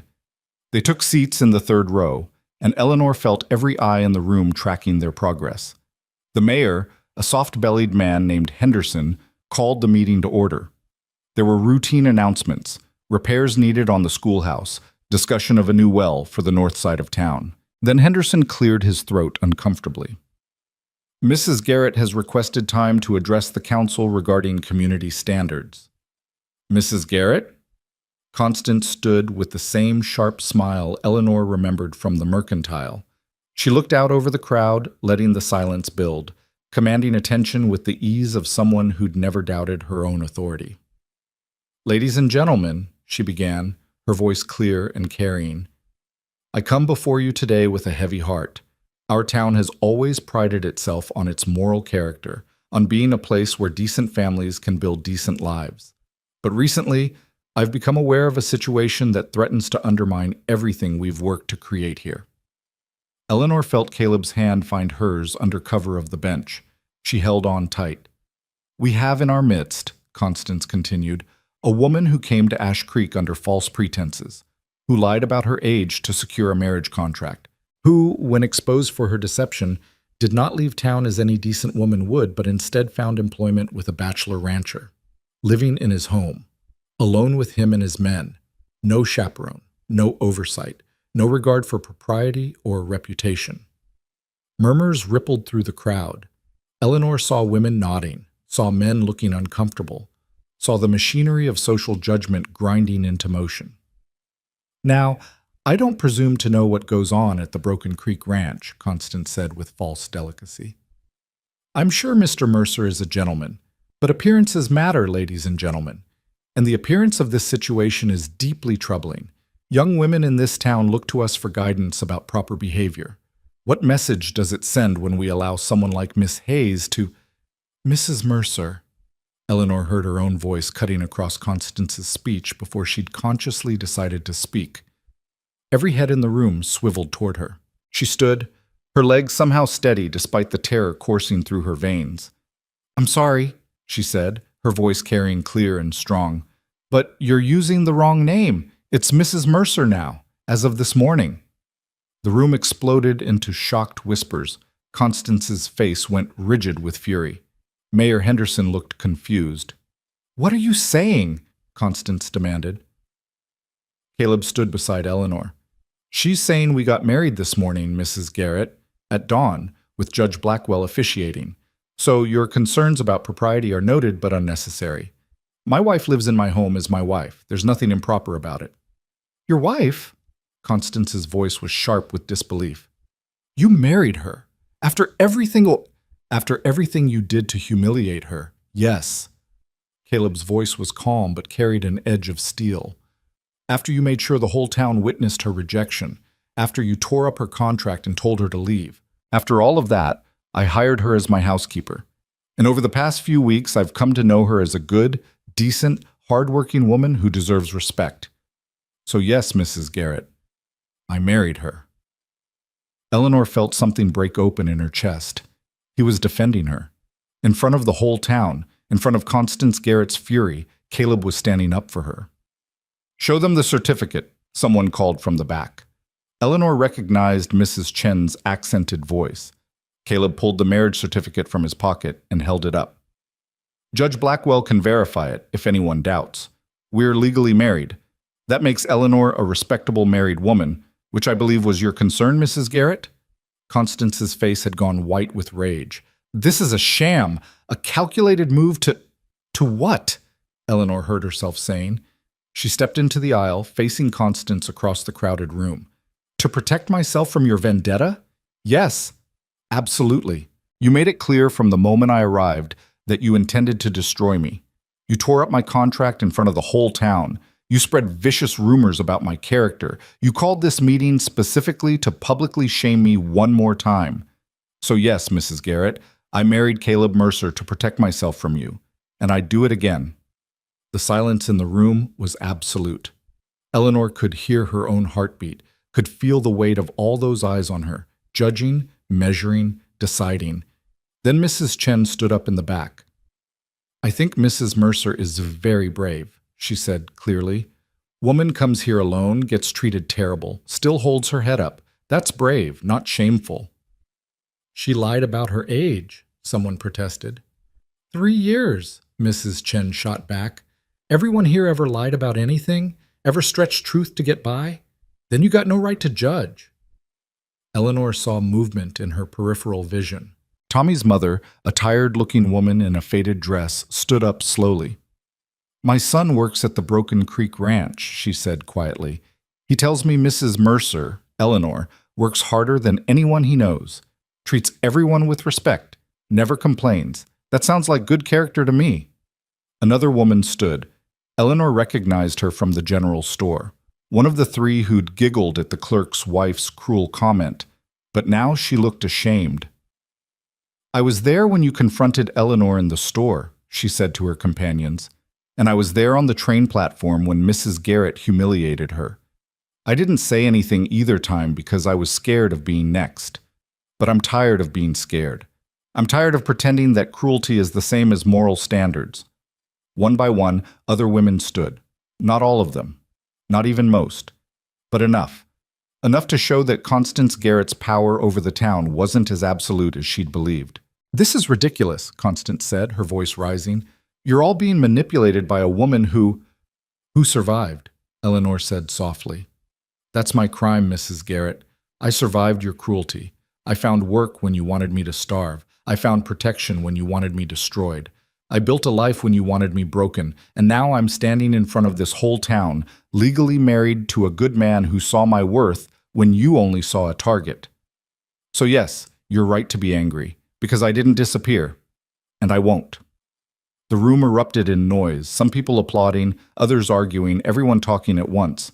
Mayor Henderson banged his gavel uselessly, trying to restore order. Constance stood frozen, her face a mask of fury and disbelief, as the meeting dissolved into chaos around her. Caleb took Eleanor's hand. "We should go." They walked out together, past the arguing crowds. past Constance Garrett's stricken face, past the curious and the supportive and the scandalized. They walked out into the afternoon sun, and Eleanor felt like she could breathe for the first time in weeks. "You were magnificent," Caleb said quietly. "I was terrified," Eleanor admitted. "That's what made it magnificent." Tommy and Jack caught up with them at the wagon, both grinning. "Did you see Mrs. Garrett's face?" Tommy said gleefully. "I thought her head was going to explode." "Show some respect," Jack said, but he was smiling too. "That's Mrs. Mercer's mortal enemy you're laughing about." "Former enemy," Eleanor corrected. "I don't have enemies anymore. I just have a life." They rode back to the ranch as the sun began its descent, painting the grasslands gold. Eleanor sat beside Caleb, her husband, she reminded herself, still getting used to the word, and watched the landscape change around them. The Broken Creek Ranch appeared in the distance, solid and real, and Eleanor realized she was looking at it differently now. Not as a temporary refuge or a workplace, but as home. "Are you all right?" Caleb asked. Eleanor thought about the question. Was she all right? She'd been publicly humiliated, forced to take charity work, driven into a marriage of convenience to escape social destruction. She should be devastated. She should be broken. Instead, she felt something that might have been hope. "Yes," she said, "I think I actually am." That night, after dinner, and after the men had gone to the bunkhouse, Eleanor stood in her room, still her room, with its lock and its privacy, and looked at the simple gold band on her finger. Caleb had bought it quickly that morning, a plain circle of metal that represented protection and partnership and possibility. She was married, actually married, to a good man who'd defended her when he had no obligation to, who'd offered her respect when the world offered only judgment. It wasn't the romantic future she'd once imagined, but standing there in the lamplight, with the vast Montana sky beyond her window and the sound of the wind in the eaves, Eleanor thought maybe it was something better. Maybe it was real. The morning after the town meeting, Eleanor woke to find frost on her window and sunlight streaming through the gap in the curtains. For a moment she lay still, disoriented, before remembering.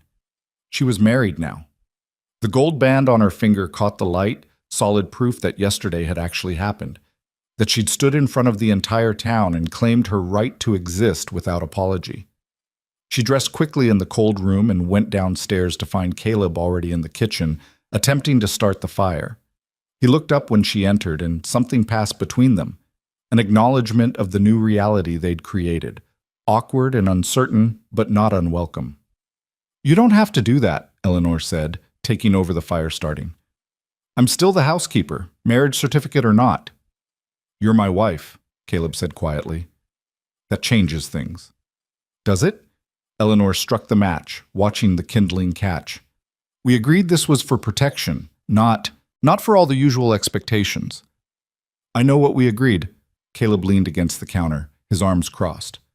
"But people in town will be watching now, more than ever. They'll be looking for proof that this marriage is exactly what Constance says it is, a sham, a convenience. We need to at least appear like a real married couple when we're in public." Eleanor felt her stomach tighten. "Appear how?" "I don't know. The way married people do, standing closer, maybe using first names instead of being so formal, small things that show we're actually partners." He was right, Eleanor knew, but the idea of performing intimacy, even false intimacy, made her uncomfortable in ways she couldn't quite articulate. She'd spent weeks carefully maintaining distance, establishing boundaries, making sure everyone knew this was purely a working arrangement. Now she was supposed to pretend otherwise. "I'll try," she said finally, "but I'm not good at pretending." "Neither am I."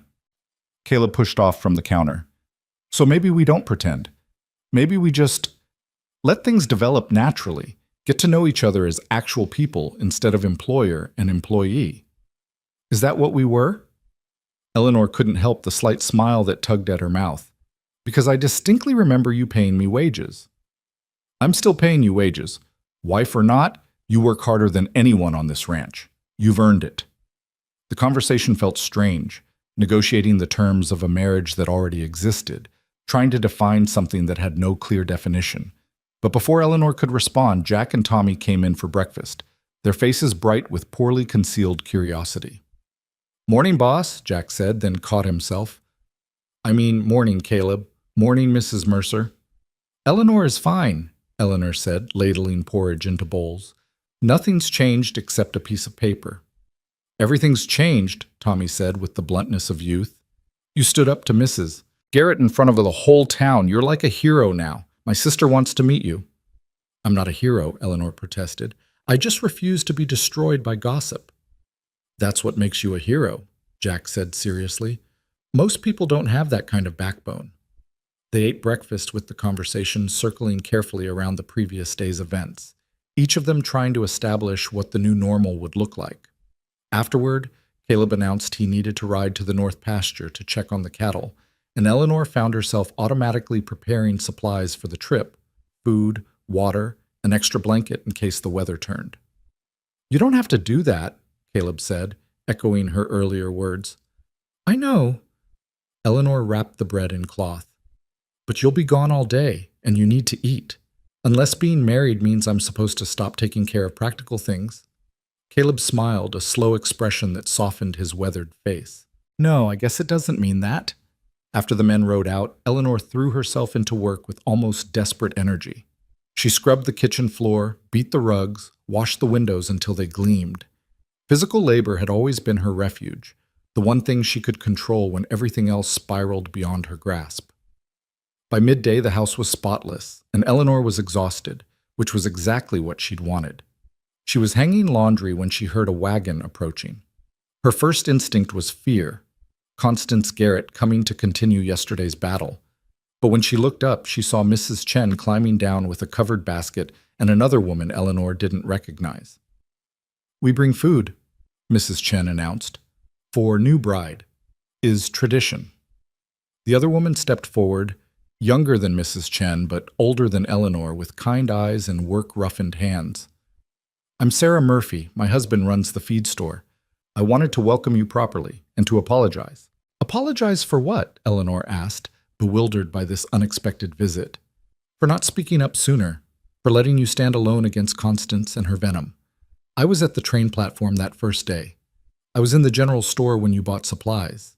And I said nothing, did nothing, because I was afraid of becoming her next target." Sarah's voice was thick with shame. "Yesterday, watching you face her down with such courage, I was ashamed of my cowardice. So I'm here now, too late maybe, but here nonetheless." Eleanor felt tears pricking at her eyes. "You're not too late, and you're not a coward. Constance Garrett is formidable." "She's a bully," Mrs. Chen said flatly. "And bullies only have power because good people stay silent. But yesterday, people spoke. Not everyone, but enough. Things change now." They carried the food inside, bread still warm from the oven, a jar of preserves, a pot of stew that smelled like heaven. Eleanor made tea, and they sat at the kitchen table, three women who would never have been friends in the rigid social structure Constance Garrett maintained, now united by something stronger than class or circumstance. "How did you end up in Ash Creek?" Eleanor asked Mrs. Chen as they drank their tea. "Husband came with railroad, died in accident. I had nothing, no family back in China, no money, so I work, save, buy hotel cheap from man who want to leave. Now I own business, make my own way. People talk, of course. Chinese woman running hotel, taking business from white men. But I keep working, keep being fair, keep showing I belong. Eventually, most people accept." "Most people," Sarah said quietly, "but not Constance." "Constance never accept anyone who doesn't bow to her," Mrs. Chen said. "That's why she hate you, Eleanor. Not because you lie about age, because you refuse to disappear when she tell you to." Eleanor thought about that, about how her greatest crime had been survival, had been refusing to accept Constance's judgment as final. It seemed absurd that something so basic could be seen as defiance, but perhaps that was how power worked. Those who held it couldn't tolerate anyone who questioned their right to wield it. "She won't stop," Eleanor said. "Yesterday might have undermined her authority, but that just makes me more of a threat. She'll find other ways to attack." "Let her try," Sarah said with unexpected fierceness. "She's not as powerful as she thinks. Half the women in town are tired of her constant judgment and impossible standards. You showed us yesterday that she can be opposed. That's worth more than you know. They stayed for another hour, talking about the town, the territory, the peculiar challenges of being women in a place where everything was still being built and defined. When they finally left, Eleanor stood on the porch watching their wagon disappear down the road, feeling something unfamiliar and precious, the beginning of friendship. The men returned at dusk, cold and tired, but satisfied with their work. Over dinner, Caleb mentioned casually that he'd run into Frank Morrison at the property line, and that Morrison had actually been civil, even going so far as to congratulate him on his marriage. Guess word's spreading that not everyone agrees with Constance, Jack said, helping himself to more potatoes. About time, too. Woman's had this town under her thumb for too long. Power doesn't surrender easily, Eleanor said. She'll fight back. We need to be prepared for that. What can she really do? Tommy asked. You're married now. Everything's legal and proper. She can't accuse you of anything. She can make life difficult in 100 small ways, Eleanor said. Refuse to serve us at the mercantile. Pressure other merchants to do the same. Turn her social circle against us. We need to be smart about this. Caleb looked at her across the table, his gray-blue eyes thoughtful. You've dealt with people like her before. It wasn't quite a question, but Eleanor answered anyway. My aunt had a rival in Philadelphia, another seamstress who wanted to be the best in the neighborhood. She couldn't compete on quality, so she spread rumors instead. Said my aunt used inferior materials, that her work was shoddy, that she cheated customers. It nearly destroyed the business before the woman's own reputation caught up with her. What happened? Tommy asked, leaning forward. Truth came out. One of her own customers discovered she'd been padding her bills and lying about the source of her fabrics. She lost everything, her shop, her reputation, her marriage. My aunt survived, but barely. The damage had been done. So you're saying we just wait for Constance to destroy herself? Jack sounded skeptical. I'm saying we live our lives with integrity and let her reveal her own character through her actions. We don't retaliate. We don't stoop to her level. We just keep being decent people, and eventually the contrast will be clear to anyone watching. It sounded noble when she said it out loud. But that night, lying in her room with the wind howling around the house, Eleanor wondered if she really believed her own advice. Constance Garrett had power, money, and decades of established authority. Eleanor had a marriage certificate and the support of a handful of women who were as vulnerable as she was. It didn't seem like a fair fight. But then again, Eleanor thought nothing about her life had ever been fair. She'd survived anyway. Maybe that was enough. The following week settled into a new rhythm. Eleanor continued managing the household, but there was a subtle shift in how the men treated her, not with less respect, but with a different kind of respect, acknowledging her position as mistress of the house rather than hired help. Caleb made an effort to include her in decisions about the ranch, asking her opinion on purchases and expenses, treating her like a true partner even though she knew little about cattle or land management. And slowly, carefully, they began to actually talk to each other. It started with small things, Caleb commenting on the sunset while they stood on the porch after dinner, Eleanor asking about his life before the ranch, before Montana. Conversations that went beyond the practical into the personal, peeling back layers to reveal the actual people beneath the roles they'd been playing. Eleanor learned that Caleb had grown up in Ohio, that his father had been a blacksmith who drunk himself to death, that Caleb had left at 16 and worked his way west through sheer determination. She learned that he loved the land with a fierceness that went beyond economics, that he could sit and watch the grass move in the wind for hours, that he'd taught himself to read using a Bible he'd won in a card game. Caleb learned that Eleanor's mother had died when she was 12, that her father had remarried quickly to a woman who'd made it clear Eleanor was unwelcome, that she'd gone to live with her aunt and learned to make herself small and useful so she wouldn't be sent away. He learned that she'd wanted to be a teacher once, that she loved poetry, though she'd never tell anyone, that she was terrified of thunderstorms because of a tornado that had destroyed half her childhood town. These conversations happened in fragments, stolen moments between the demands of running a ranch and maintaining a household, but they accumulated, building something that felt almost like intimacy. One evening, about 3 weeks after the town meeting, Eleanor was mending Caleb's shirt when she noticed him watching her with an expression she couldn't quite read. "What?" she asked, self-conscious. "Nothing. Just, you look content." More than when you first arrived. Eleanor considered this. I suppose I am. This life. It's not what I planned, but it's honest, real. I'm not performing for anyone or pretending to be someone I'm not. That's worth something. It's worth a lot, Caleb said quietly. Then after a pause, Can I ask you something? Of course. Do you regret it? Marrying me instead of waiting for another chance at whatever you were hoping to find when you came west? Eleanor set down the shirt, giving the question the weight it deserved. I came west hoping to escape, she said slowly, hoping to find security and respectability, and maybe, if I was very lucky, some measure of happiness. I thought those things came from being chosen, from being wanted by someone who could provide them. But I'm learning they come from something else, from choosing myself, from refusing to accept other people's judgments as truth, from building a life on my own terms even when those terms aren't what I expected. That doesn't answer my question, Caleb said, but he was smiling slightly. No, I don't regret it. Do you? Not even a little bit. The honesty between them was startling, frightening, precious. Eleanor picked up her needle again, but she could feel Caleb's presence across the room like warmth from a fire, steady and safe. In town, the aftermath of the meeting continued to ripple outward. The town council quietly dismissed Constance's complaint, citing lack of evidence of any actual wrongdoing. Several merchants who'd been following her lead began serving Eleanor and Caleb normally again, though a few stalwarts, including, unsurprisingly, Thomas Garrett at the Mercantile, refused. Eleanor learned to shop at the general store instead, where the proprietor was a practical man more interested in sales than scandal. But Constance wasn't finished. Eleanor heard through Sarah Murphy that Constance was now claiming the marriage was invalid, that Caleb had coerced Eleanor into it, that the whole thing was an elaborate fraud designed to protect both their reputations. She'd even written to the territorial government requesting an investigation into Judge Blackwell's conduct. She's desperate, Sarah said when she visited with the news.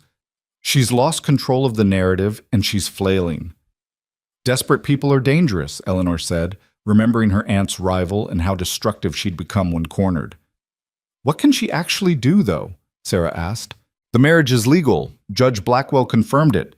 Unless she can prove actual fraud, which she can't, she's just making noise. Eleanor wanted to believe that, but something in her gut warned otherwise. Constance Garrett had built her power over decades. She wouldn't surrender it easily, and she certainly wouldn't let Eleanor escape unscathed. The attack, when it came, was more subtle than Eleanor expected. It started with whispers about Caleb's ranch finances. Someone, Eleanor suspected Constance, though there was no proof, spread rumors that Caleb was deeply in debt, that he'd married Eleanor for her money, laughable considering she'd arrived with $7, that the ranch was failing and would be foreclosed on by spring. The rumors were designed to isolate them, to make other ranchers wary of doing business with Caleb, to undermine his credit and reputation. It's not true, Caleb said angrily, when the banker, a nervous man named Peterson, suggested he might want to secure additional collateral on his loans. My accounts are solid. The ranch is profitable. Where is this coming from? Peterson wouldn't meet his eyes. There's talk, Mr. Mercer. Just talk. But the bank has to be careful about its exposure, you understand. What I understand, Caleb said coldly, is that someone is spreading lies, and you're choosing to believe them without checking actual facts. He stormed out of the bank with Eleanor following, his fury barely contained. This is what she does, he said as they walked to the wagon. She can't attack you directly anymore, so she attacks through me, destroys my reputation and livelihood, and you suffer by extension. We need to prove the rumors are false, Eleanor said. Show people your actual financial records. Make the truth impossible to ignore. You think people care about truth? They care about stories, Eleanor, and Constance tells better stories than we do. He was right, but that didn't mean they were powerless. That evening, Eleanor suggested something that made Caleb look at her like she'd lost her mind. You want to throw a party? He said incredulously. Not a party. A gathering. Something simple, dinner for the neighboring ranchers and their wives. Show them the ranch is thriving, that we're stable and prosperous and not whatever Constance is claiming. Let them see with their own eyes that the rumors are false. Eleanor, most of these people wouldn't come. They're too afraid of crossing Constance. Then we invite the ones who aren't afraid. Sarah and her husband, Mrs. Chen, the families who supported us at the town meeting. We build our own community instead of trying to force our way into hers. Caleb was silent for a long moment, staring out at the darkening landscape. Then he nodded slowly. All right, But you'll have to plan it. I don't know the first thing about hosting. neither do I, Eleanor admitted, But I can learn. They held the gathering 2 weeks later, on a crisp October evening when the mountains were painted gold and crimson with fall colors. Eleanor spent days preparing, cooking, cleaning, making sure every detail was perfect. She roasted 2 chickens, made bread and pies, set the table with the best dishes the house possessed. When the guests began arriving, she stood on the porch beside Caleb, her heart hammering with nerves. Sarah and her husband came first, bringing wine and warm smiles. Mrs. Chen arrived with her nephew, a quiet young man who worked at the hotel. Tommy's parents came, his mother looking nervous but determined. Frank Morrison and his wife appeared, to Caleb's obvious surprise. Jack had invited another rancher named Crawford and his family. By the time everyone was gathered, there were nearly 20 people crowded into the house, filling it with warmth and noise and life. Eleanor moved through the evening in a daze of hostess duties, serving food, refilling glasses, making sure everyone was comfortable. But she also watched, and what she saw gave her hope. These people were laughing together, talking easily, treating Eleanor and Caleb like friends rather than pariahs. Constance's influence had limits, and they'd found the edges of it. After dinner, as the men gathered on the porch to smoke and the women helped Eleanor with dishes, Sarah said quietly, "This was brilliant. You're showing everyone that life goes on outside Constance's circle, that there's community beyond her control." "I just wanted people to see we're not what she claims," Eleanor said. "You're showing them more than that. You're showing them an alternative. A way of being that's based on actual connection rather than fear and judgment." That's powerful, Eleanor. Later, after everyone had gone home and the house was quiet again, Eleanor found Caleb sitting on the porch steps, looking out at the stars scattered across the enormous sky. "You did good tonight," he said as she sat beside him. "Really good." "We did good," Eleanor corrected. "This is both of ours now, the ranch, the reputation, the life we're building." "I wasn't sure," Caleb said slowly, "when I first offered you that job. I thought I was just helping someone in a bad situation. But you've changed everything, Eleanor. This house feels like a home now. The ranch feels like more than just work. You've made it something worth fighting for." Eleanor felt her breath catch. They were sitting close enough that she could feel the warmth of him, could smell the soap he'd used to wash up before dinner. The gold band on her finger felt suddenly heavier, more significant. "Caleb," she said quietly, "this marriage—" "I know we said it was just for protection," he interrupted. "Just a legal arrangement, and if that's all you want, that's fine. I meant what I said about not expecting anything, but I need you to know—" He paused, seeming to search for words. "I need you to know that somewhere along the way, it stopped being just an arrangement for me. You're not just someone I'm protecting anymore. You're someone I care about, someone I could love if you'd let me." The words hung in the cold night air between them, terrifying and wonderful in equal measure. Eleanor's first instinct was to pull back, to protect herself, to maintain the safe distance that had kept her from being hurt. But then she thought about everything that had happened since she'd stepped off that train, the humiliation, the survival, the slow building of something real from the wreckage of her plans. "I'm scared," she admitted. "I'm scared of wanting something this much. Every time I've wanted something, it's been taken away or turned into disappointment." "I know, I'm scared too." Caleb turned to face her, his weathered face serious in the starlight. "But maybe being scared together is better than being scared alone." Eleanor looked at him, really looked at him, and saw a man who'd offered her kindness when she'd expected contempt, who'd defended her when he had no obligation to, who'd married her to protect her, and then somehow made that protection feel like partnership. She saw someone who'd shown her, through actions rather than words, what it meant to be valued. Slowly, giving him time to pull away if he wanted to, Eleanor leaned forward and kissed him. It was nothing like the brief, chaste kiss at their wedding. This was real, deliberate, full of all the possibility and fear and hope that had been building between them for weeks. When they finally pulled apart, Caleb's eyes were wide with surprise and something that looked like joy. "Does this mean—" he started. "It means I want to try," Eleanor said. "I want this marriage to be real, not just legal, but actual. I don't know if I can be what you need, but I want to try." "You're already everything I need," Caleb said, and kissed her again. They sat on the porch steps long into the night, talking about the future in concrete terms now rather than hypotheticals, about the ranch and what they could build together, about the possibility of family someday. Though Eleanor was careful to explain her fears about her age and childbearing, about creating a life that was wholly theirs, not defined by anyone else's expectations or judgments. When they finally went inside, Caleb walked Eleanor to her door as he always did, but this time he took her hand. "You know," he said, "at some point, you might want to consider moving into the master bedroom. With me. If you're ready." Eleanor felt her cheeks flush. "I might, at some point." "No rush," Caleb said. "We've got time." But Eleanor thought maybe she was more ready than she'd admitted. Not tonight, perhaps, but soon. Because for the first time in her life, she was with someone who saw her completely, saw her mistakes and her strengths, her fears and her courage, and valued her anyway. That was worth more than any romantic fantasy she'd ever imagined. That was real love, built not on illusion, but on truth. Winter came to Montana territory like a declaration of war.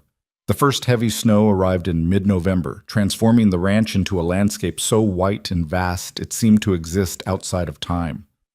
Eleanor stood at the kitchen window, watching the flakes fall, her hand resting unconsciously on her stomach, feeling the subtle changes her body had been signaling for the past few weeks. She'd moved into Caleb's room a month after their conversation on the porch, and what had started as tentative partnership had deepened into something neither of them had quite expected. Real marriage, real intimacy, real love that grew not from romance but from the daily work of learning to trust another person completely. And now she was almost certain she was pregnant. The thought filled her with equal parts joy and terror. She was 28 years old, the age Constance Garrett had declared too old for childbearing, the age that had made her supposedly worthless as a wife. Part of Eleanor wanted to laugh at the irony. Another part was simply afraid. "You're thinking loud," Caleb said from behind her, wrapping his arms around her waist. "I can hear it from across the room." Eleanor leaned back against him, drawing comfort from his solid presence. "I need to tell you something." She felt him tense slightly, but his voice remained calm. "All right. I think I'm pregnant." The silence that followed stretched for what felt like hours, but was probably only seconds. Then Caleb turned her to face him, his weathered face transformed by a smile so wide it looked almost painful. "You're sure?" he asked. "Not completely, but all the signs are there. I've been tired, my monthlies stopped, and this morning I couldn't even look at coffee without feeling sick.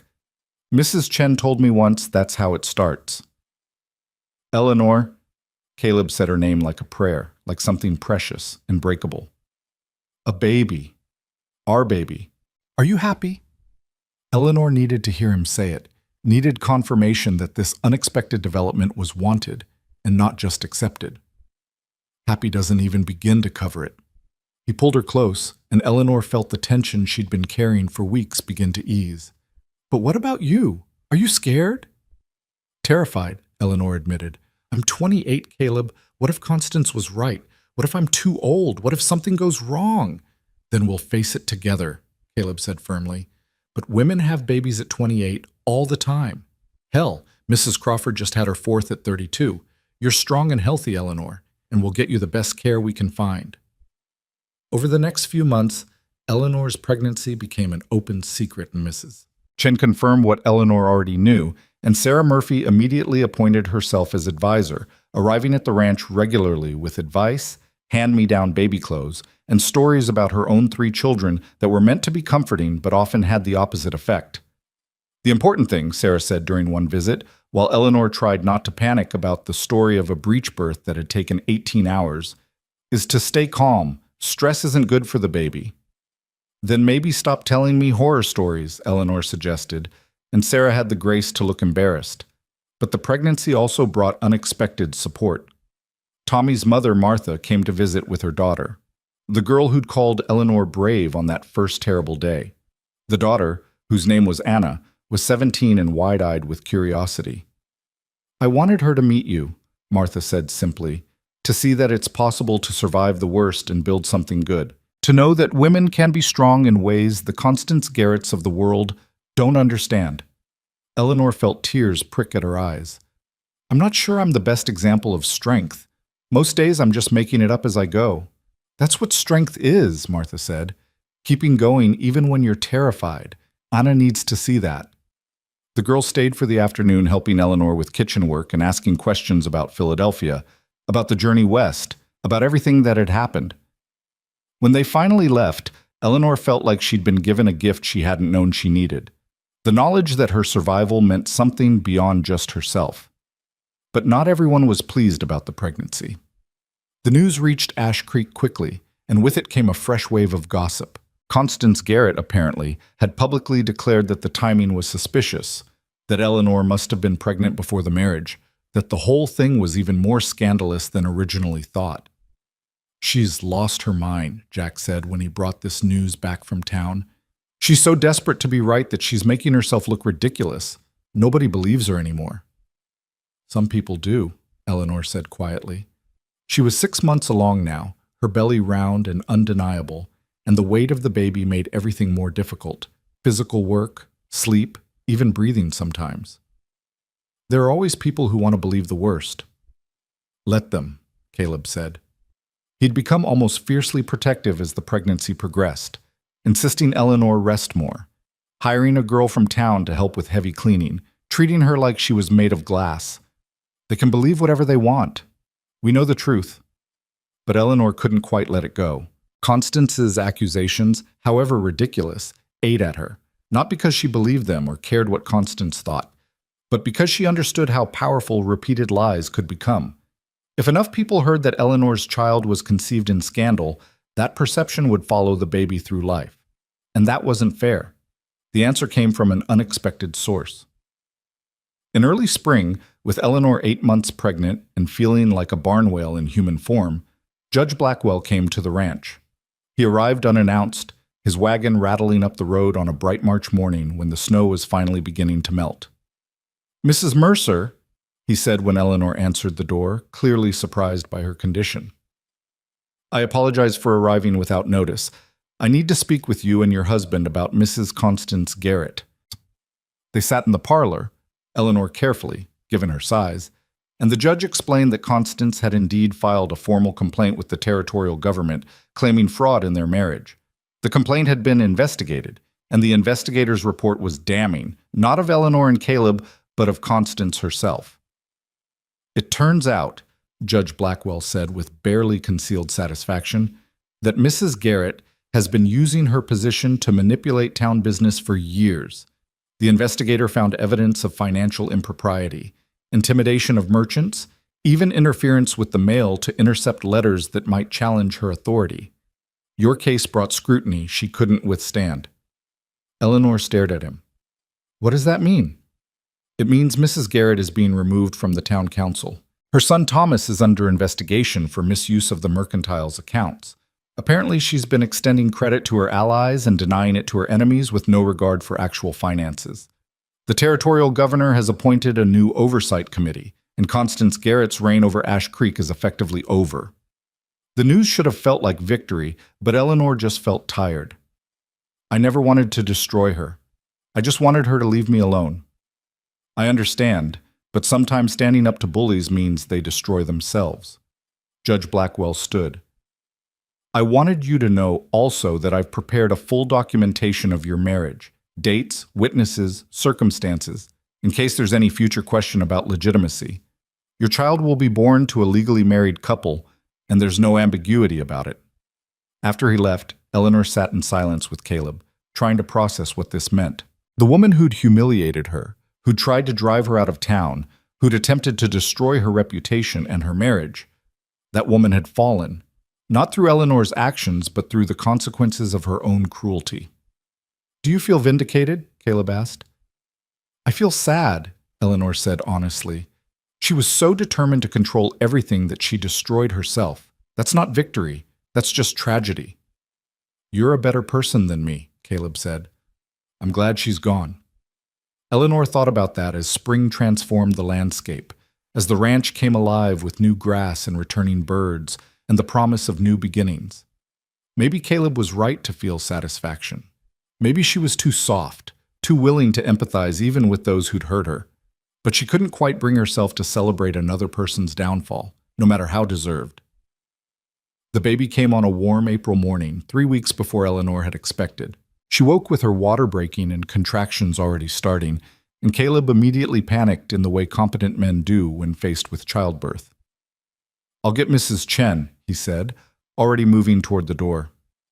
Caleb, Eleanor grabbed his hand. It's going to be hours yet. Just help me downstairs, get things ready, and then ride for Mrs. Chen and Sarah. We have time. They did have time, but not as much as Eleanor hoped. By the time Mrs. Chen and Sarah arrived with the doctor from Ash Creek, a gruff man named Patterson who'd delivered half the babies in the territory, Eleanor was in active labor, gripping Caleb's hand hard enough to leave marks. You need to leave, Dr. Patterson told Caleb. This is women's work. I'm staying, Caleb said flatly. She wants me here, I'm here. Eleanor would have smiled if she hadn't been in the middle of a contraction that felt like being torn in half. She'd heard the stories, knew what to expect, but knowing and experiencing were entirely different things. The pain was enormous, all-consuming, beyond anything she'd imagined. But so was the support. Mrs. Chen held cool cloths to her forehead and murmured encouragement in a mixture of English and Chinese. Sarah coached her breathing, having been through this herself 3 times. And Caleb stayed beside her, letting her crush his hand, telling her she was strong, telling her she could do this, believing in her when she didn't believe in herself. The labor lasted 7 hours. 7 hours of pain and fear and exhausting work, until finally Dr. Patterson said, "One more push, Mrs. Mercer. Your baby's almost here." Eleanor gathered everything she had left and pushed, and suddenly there was a new sound in the room, a baby's cry, thin and outraged and absolutely perfect. "It's a girl," Dr. Patterson announced, placing the squalling infant on Eleanor's chest. A healthy baby girl. Eleanor looked down at her daughter. Her daughter, that reality almost too big to comprehend, and felt something crack open in her chest. The baby was red-faced and angry, with dark hair plastered to her small head and eyes squeezed shut against the brightness of the world. She was perfect. She was absolutely, impossibly perfect. "Hello," Eleanor whispered. "Hello, little one. We've been waiting for you." Caleb was crying. Eleanor looked up to see tears streaming down his weathered face as he stared at their daughter with an expression of complete wonder. "Can I?" he started. "Of course." Eleanor shifted carefully so he could hold the baby. He took her like she was made of glass, cradling her against his chest with hands that could break horses, but were infinitely gentle with this tiny new life. "She's beautiful," he said. "She's the most beautiful thing I've ever seen." "She looks like a wrinkled potato," Sarah said with a laugh, but her own eyes were wet. "Give her a few days." After the doctor and helpers had cleaned up and left, after Eleanor had been settled in the bed with the baby in her arms and Caleb sitting beside them both, Tommy and Jack crept in to see the newest member of their household. "What's her name?" Tommy asked in a whisper, as if speaking too loud might break something. Eleanor looked at Caleb, and understanding passed between them. They discussed names, but standing here with their daughter, actually in the world, there was only one name that felt right. "Hope," Eleanor said. "Her name is Hope." "Hope Mercer," Caleb repeated, trying it out. "I like it." "It's perfect," Mrs. Chen said from the doorway. She'd stayed to make sure Eleanor and the baby were both settling well, and now she smiled at the scene before her. Child born from 2 people who refused to give up hope. Yes, very perfect name. The first weeks with Hope were exhausting in ways Eleanor hadn't anticipated. The baby needed to eat constantly, cried for reasons Eleanor couldn't always decipher, and sleep became something Eleanor remembered fondly but rarely experienced. But there was joy too, fierce, overwhelming joy every time Hope opened her eyes, or wrapped her tiny hand around Eleanor's finger, or made the little sighing sound that meant she was content. Caleb was besotted. He'd get up in the night to walk with Hope when she was fussy, would talk to her in a soft voice about the ranch and the cattle and all the things they'd do together when she was older. Eleanor would wake to find him standing by the window with their daughter in his arms, both of them watching the sunrise paint the mountains gold.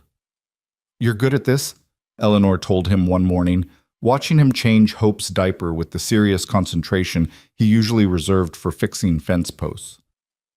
"I'm terrified every second that I'll break her," Caleb admitted, "but I love her so much it's almost painful. Is that normal?" "I think so." Eleanor took Hope from him, settling into the rocking chair to nurse. "I look at her and think about everything that had to happen for her to exist. All the terrible things, all the humiliation and fear and struggle, it led to this. To her. And I can't regret any of it because without all of that, she wouldn't be here." "Constance Garrett gave us our daughter," Caleb said with dark humor. "If she'd let you marry Thomas, Hope would never have been born." It was true in a strange, roundabout way. Eleanor thought about the woman she'd been on that train platform, desperate, frightened, willing to accept whatever scraps of life were offered. That woman wouldn't have survived what came after. But the woman Eleanor had become, forged by rejection and struggle and the choice to keep going, that woman could not only survive, but build something worth surviving for. News of Hope's birth spread through Ash Creek quickly. Sarah visited regularly, bringing food and advice and relief in the form of watching the baby so Eleanor could sleep. Mrs. Chen came with gifts, tiny embroidered clothes, a jade bracelet for protection, her presence that said more than words about acceptance and family. Even Martha brought Anna and her other children to meet Hope, and Anna held the baby with such tender care that Eleanor found herself crying for no reason she could articulate. But the most surprising visit came 6 weeks after Hope's birth. Eleanor was hanging laundry behind the house, Hope asleep in a basket at her feet, when she heard a wagon approaching. She looked up to see Thomas Garrett climbing down, his expression uncomfortable but determined. Eleanor's first instinct was to grab Hope and run into the house.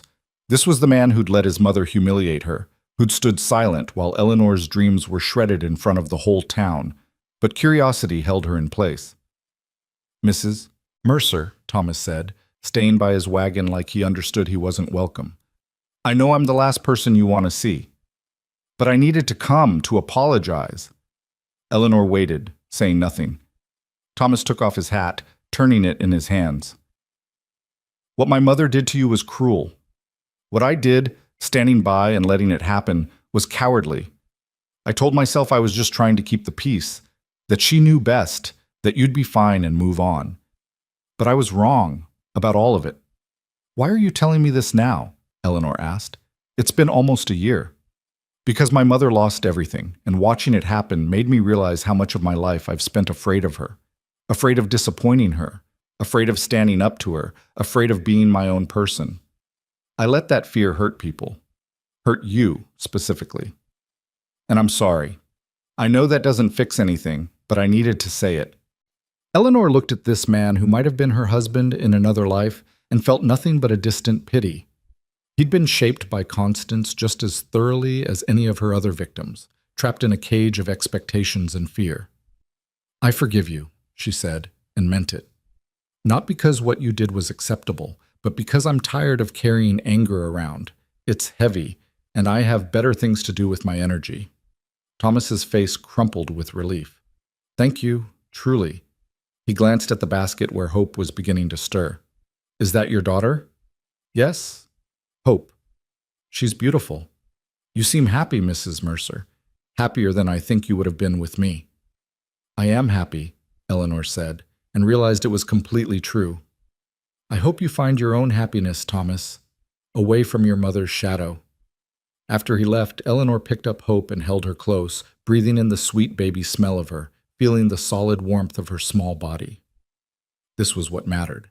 Not revenge or vindication or proving Constance Garrett wrong, just this life, this love, this family they'd built from the wreckage of her arrival. Summer came, and with it, the busiest season on the ranch. Eleanor managed the household with Hope strapped to her back or napping nearby, learning to nurse while cooking, To soothe a fussy baby while kneading bread, to function on broken sleep and pure determination. It wasn't graceful or easy, but it worked.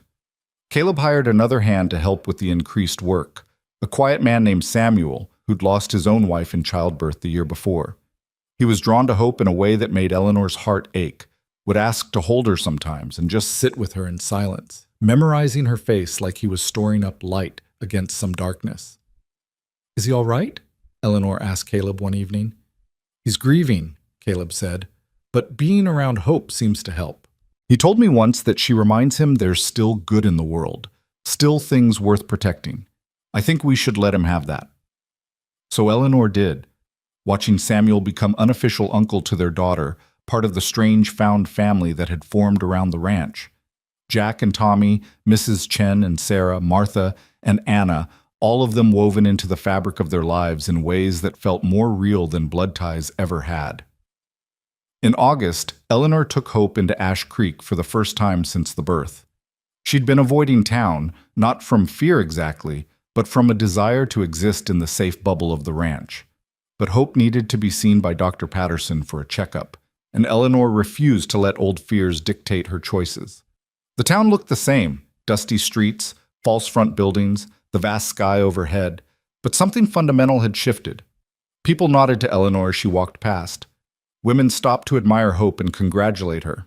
The clerk at the general store, the same one who'd escorted her from the train platform, fell over himself to be helpful.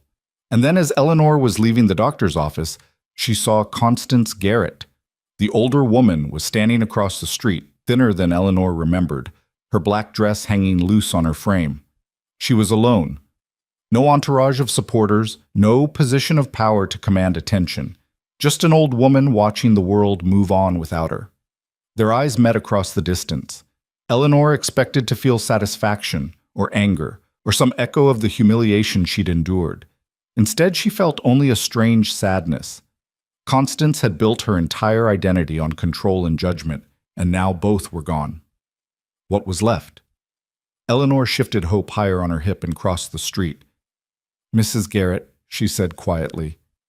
Constance's face went through a complicated series of expressions: surprise, shame, defiance, exhaustion. "Mrs. Mercer," she said finally, "your daughter is beautiful." "Thank you. I suppose you've come to gloat, to show me how wrong I was about you." Eleanor looked at this woman who'd tried so hard to destroy her and felt something unexpected, pity mixed with a kind of understanding. "I didn't come to gloat. I came because Hope needed a doctor. But since we're here, I want you to know that I don't hate you. What you did was cruel, but I survived it. More than survived. I built a good life from the ruins you tried to make, and now I have Hope, and I have Caleb, and I have a home. Hating you would just take up space that I'd rather fill with love for them." Constance's eyes were bright with unshed tears. "You should hate me. I tried to destroy you." "I know, but you failed, and now we both get to live with the consequences of your choices and mine. That seems like enough." Eleanor turned to go, but Constance's voice stopped her. "I was jealous," the older woman said, the words seeming to tear out of her. "You came here with nothing, no connections, no protection, and you survived anyway. You showed everyone that my approval didn't matter, that people could build lives outside my circle. And that terrified me. Because if you could do it, what did that say about my power? What did that say about me?" Eleanor turned back. "It said you were human, flawed and frightened and desperately trying to control a world that can't be controlled. We're not that different, you and I. We both tried to survive the only ways we knew how. You just happened to have more power to do damage with." "I'm sorry," Constance whispered. "For what it's worth, I'm truly sorry." Eleanor looked at her for a long moment. "I believe you. And I hope you find some peace, Mrs. Garrett. Carrying all that anger and fear, it must be exhausting." She walked away then, hope warm against her chest, and didn't look back. Behind her, Constance Garrett stood alone on the dusty street, and Eleanor felt the final weight of that chapter fall away. It was done. The woman who'd tried to destroy her was no longer an enemy, just another person struggling with the consequences of their own choices. That evening, standing on the porch with the sun setting behind the mountains and Caleb's arm around her waist, Eleanor felt something settle deep in her chest. This was her life now. This ranch, this man, this child, this vast Montana sky that held infinite possibility. All of it earned through survival, through refusal to disappear, through the simple, stubborn choice to keep going even when everything seemed impossible. "What are you thinking?" Caleb asked. Eleanor looked down at Hope, who was awake and watching the play of light across the landscape with wide, wondering eyes. "I'm thinking about irony. I came west to be a mail-order bride, young, presentable, acceptable. I was rejected for being too old, too desperate, too much of a liar. And now I have everything I wanted, just not in any form I could have imagined. I have a husband who loves me, a daughter who's healthy and perfect, a home that's actually mine. All because Constance Garrett tore up that contract." "Sometimes the worst things that happen to us lead to the best outcomes," Caleb said. "If you'd married Thomas, you'd be miserable right now, trapped in a loveless marriage with a man who couldn't stand up to his mother." "If I'd married Thomas, Hope wouldn't exist," Eleanor said. "And that's impossible to imagine now. She's so completely real, so absolutely herself. How could she not have existed?" They stood in silence for a while, watching the sky turn from gold to purple to the deep blue of evening. Inside the house, Eleanor could hear Jack and Tommy arguing good-naturedly over something, could smell the stew she'd put on that morning, could feel the solid reality of the life they'd built pressing close around her like shelter. "I saw Constance today," Eleanor said finally. "In town." She felt Caleb tense. "What happened?" "Nothing dramatic. We talked. She apologized.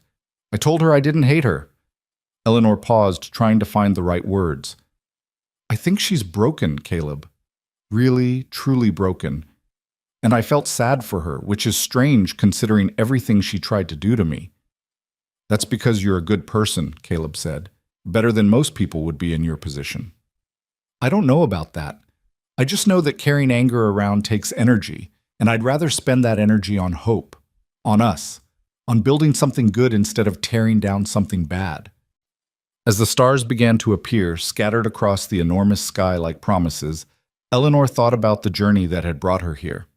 The train platform where she'd been humiliated, the mercantile where her contract was torn to pieces, the room at the Excelsior House where she'd decided to survive, the ranch where she'd found not charity, but partnership, the town meeting where she'd stood up and claimed her right to exist, and finally, this moment, this perfect, ordinary moment of standing on her own porch with her family around her and her daughter in her arms. They'd called her too old. They'd called her a liar. They'd tried to make her into a cautionary tale, a warning about what happened to desperate women who dared to want more than they deserved. But Eleanor Mercer, had refused to be anyone's cautionary tale. She'd survived and thrived and built a life that was wholly her own, not because someone had chosen her or granted her permission, but because she'd chosen herself. And now, holding hope against her chest and feeling Caleb's steady presence beside her, Eleanor finally understood what it meant to be home. Not a place that accepted you, but a place you built with your own hands. Not a future given to you, but a future you fought for and earned and made real through sheer, stubborn determination. The woman who'd stepped off that train 10 months ago wouldn't recognize the woman Eleanor had become. But that was all right. Growth meant change, and change meant becoming someone new, someone stronger, someone who knew her own worth not because others confirmed it, but because she'd proven it to herself. "Thank you," Eleanor said quietly. "For what?" Caleb asked.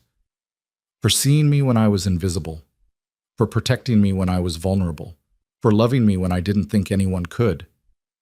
"Eleanor." Caleb turned her to face him, hope nestled between them. "I should be thanking you. You came into my life and turned it from existing into living. You made this house a home. You gave me a daughter. You showed me what it means to love someone completely. I'm the lucky one here." "Maybe we're both lucky," Eleanor said, and kissed him while hope squirmed between them, making her displeasure at being squashed known with a small, indignant squeak. They laughed and adjusted their holds, and went inside as the night deepened around them. Inside where Jack had set the table, and Tommy was attempting to slice bread without mangling it completely. Inside where the lamps cast warm light, and the stew smelled like comfort, and the house itself seemed to wrap around them like an embrace. This was not the life Eleanor had planned, but it was better than any plan could have been, because it was real and hard-won and absolutely hers. She'd come west looking for a new name and a fresh start. She'd found something infinitely more valuable: herself, unbroken and unashamed, strong enough to survive rejection and cruel enough to flourish anyway. And in the end, that was the greatest victory of all. Not revenge on those who'd hurt her, not vindication for those who'd doubted her, just this: a life built on her own terms, filled with love she'd earned and joy she'd fought for, and a future that stretched out before her as vast and full of possibility as the Montana sky itself. Eleanor Hayes had come west to disappear into someone else's life. Eleanor Mercer had learned to build her own instead. And that made all the difference.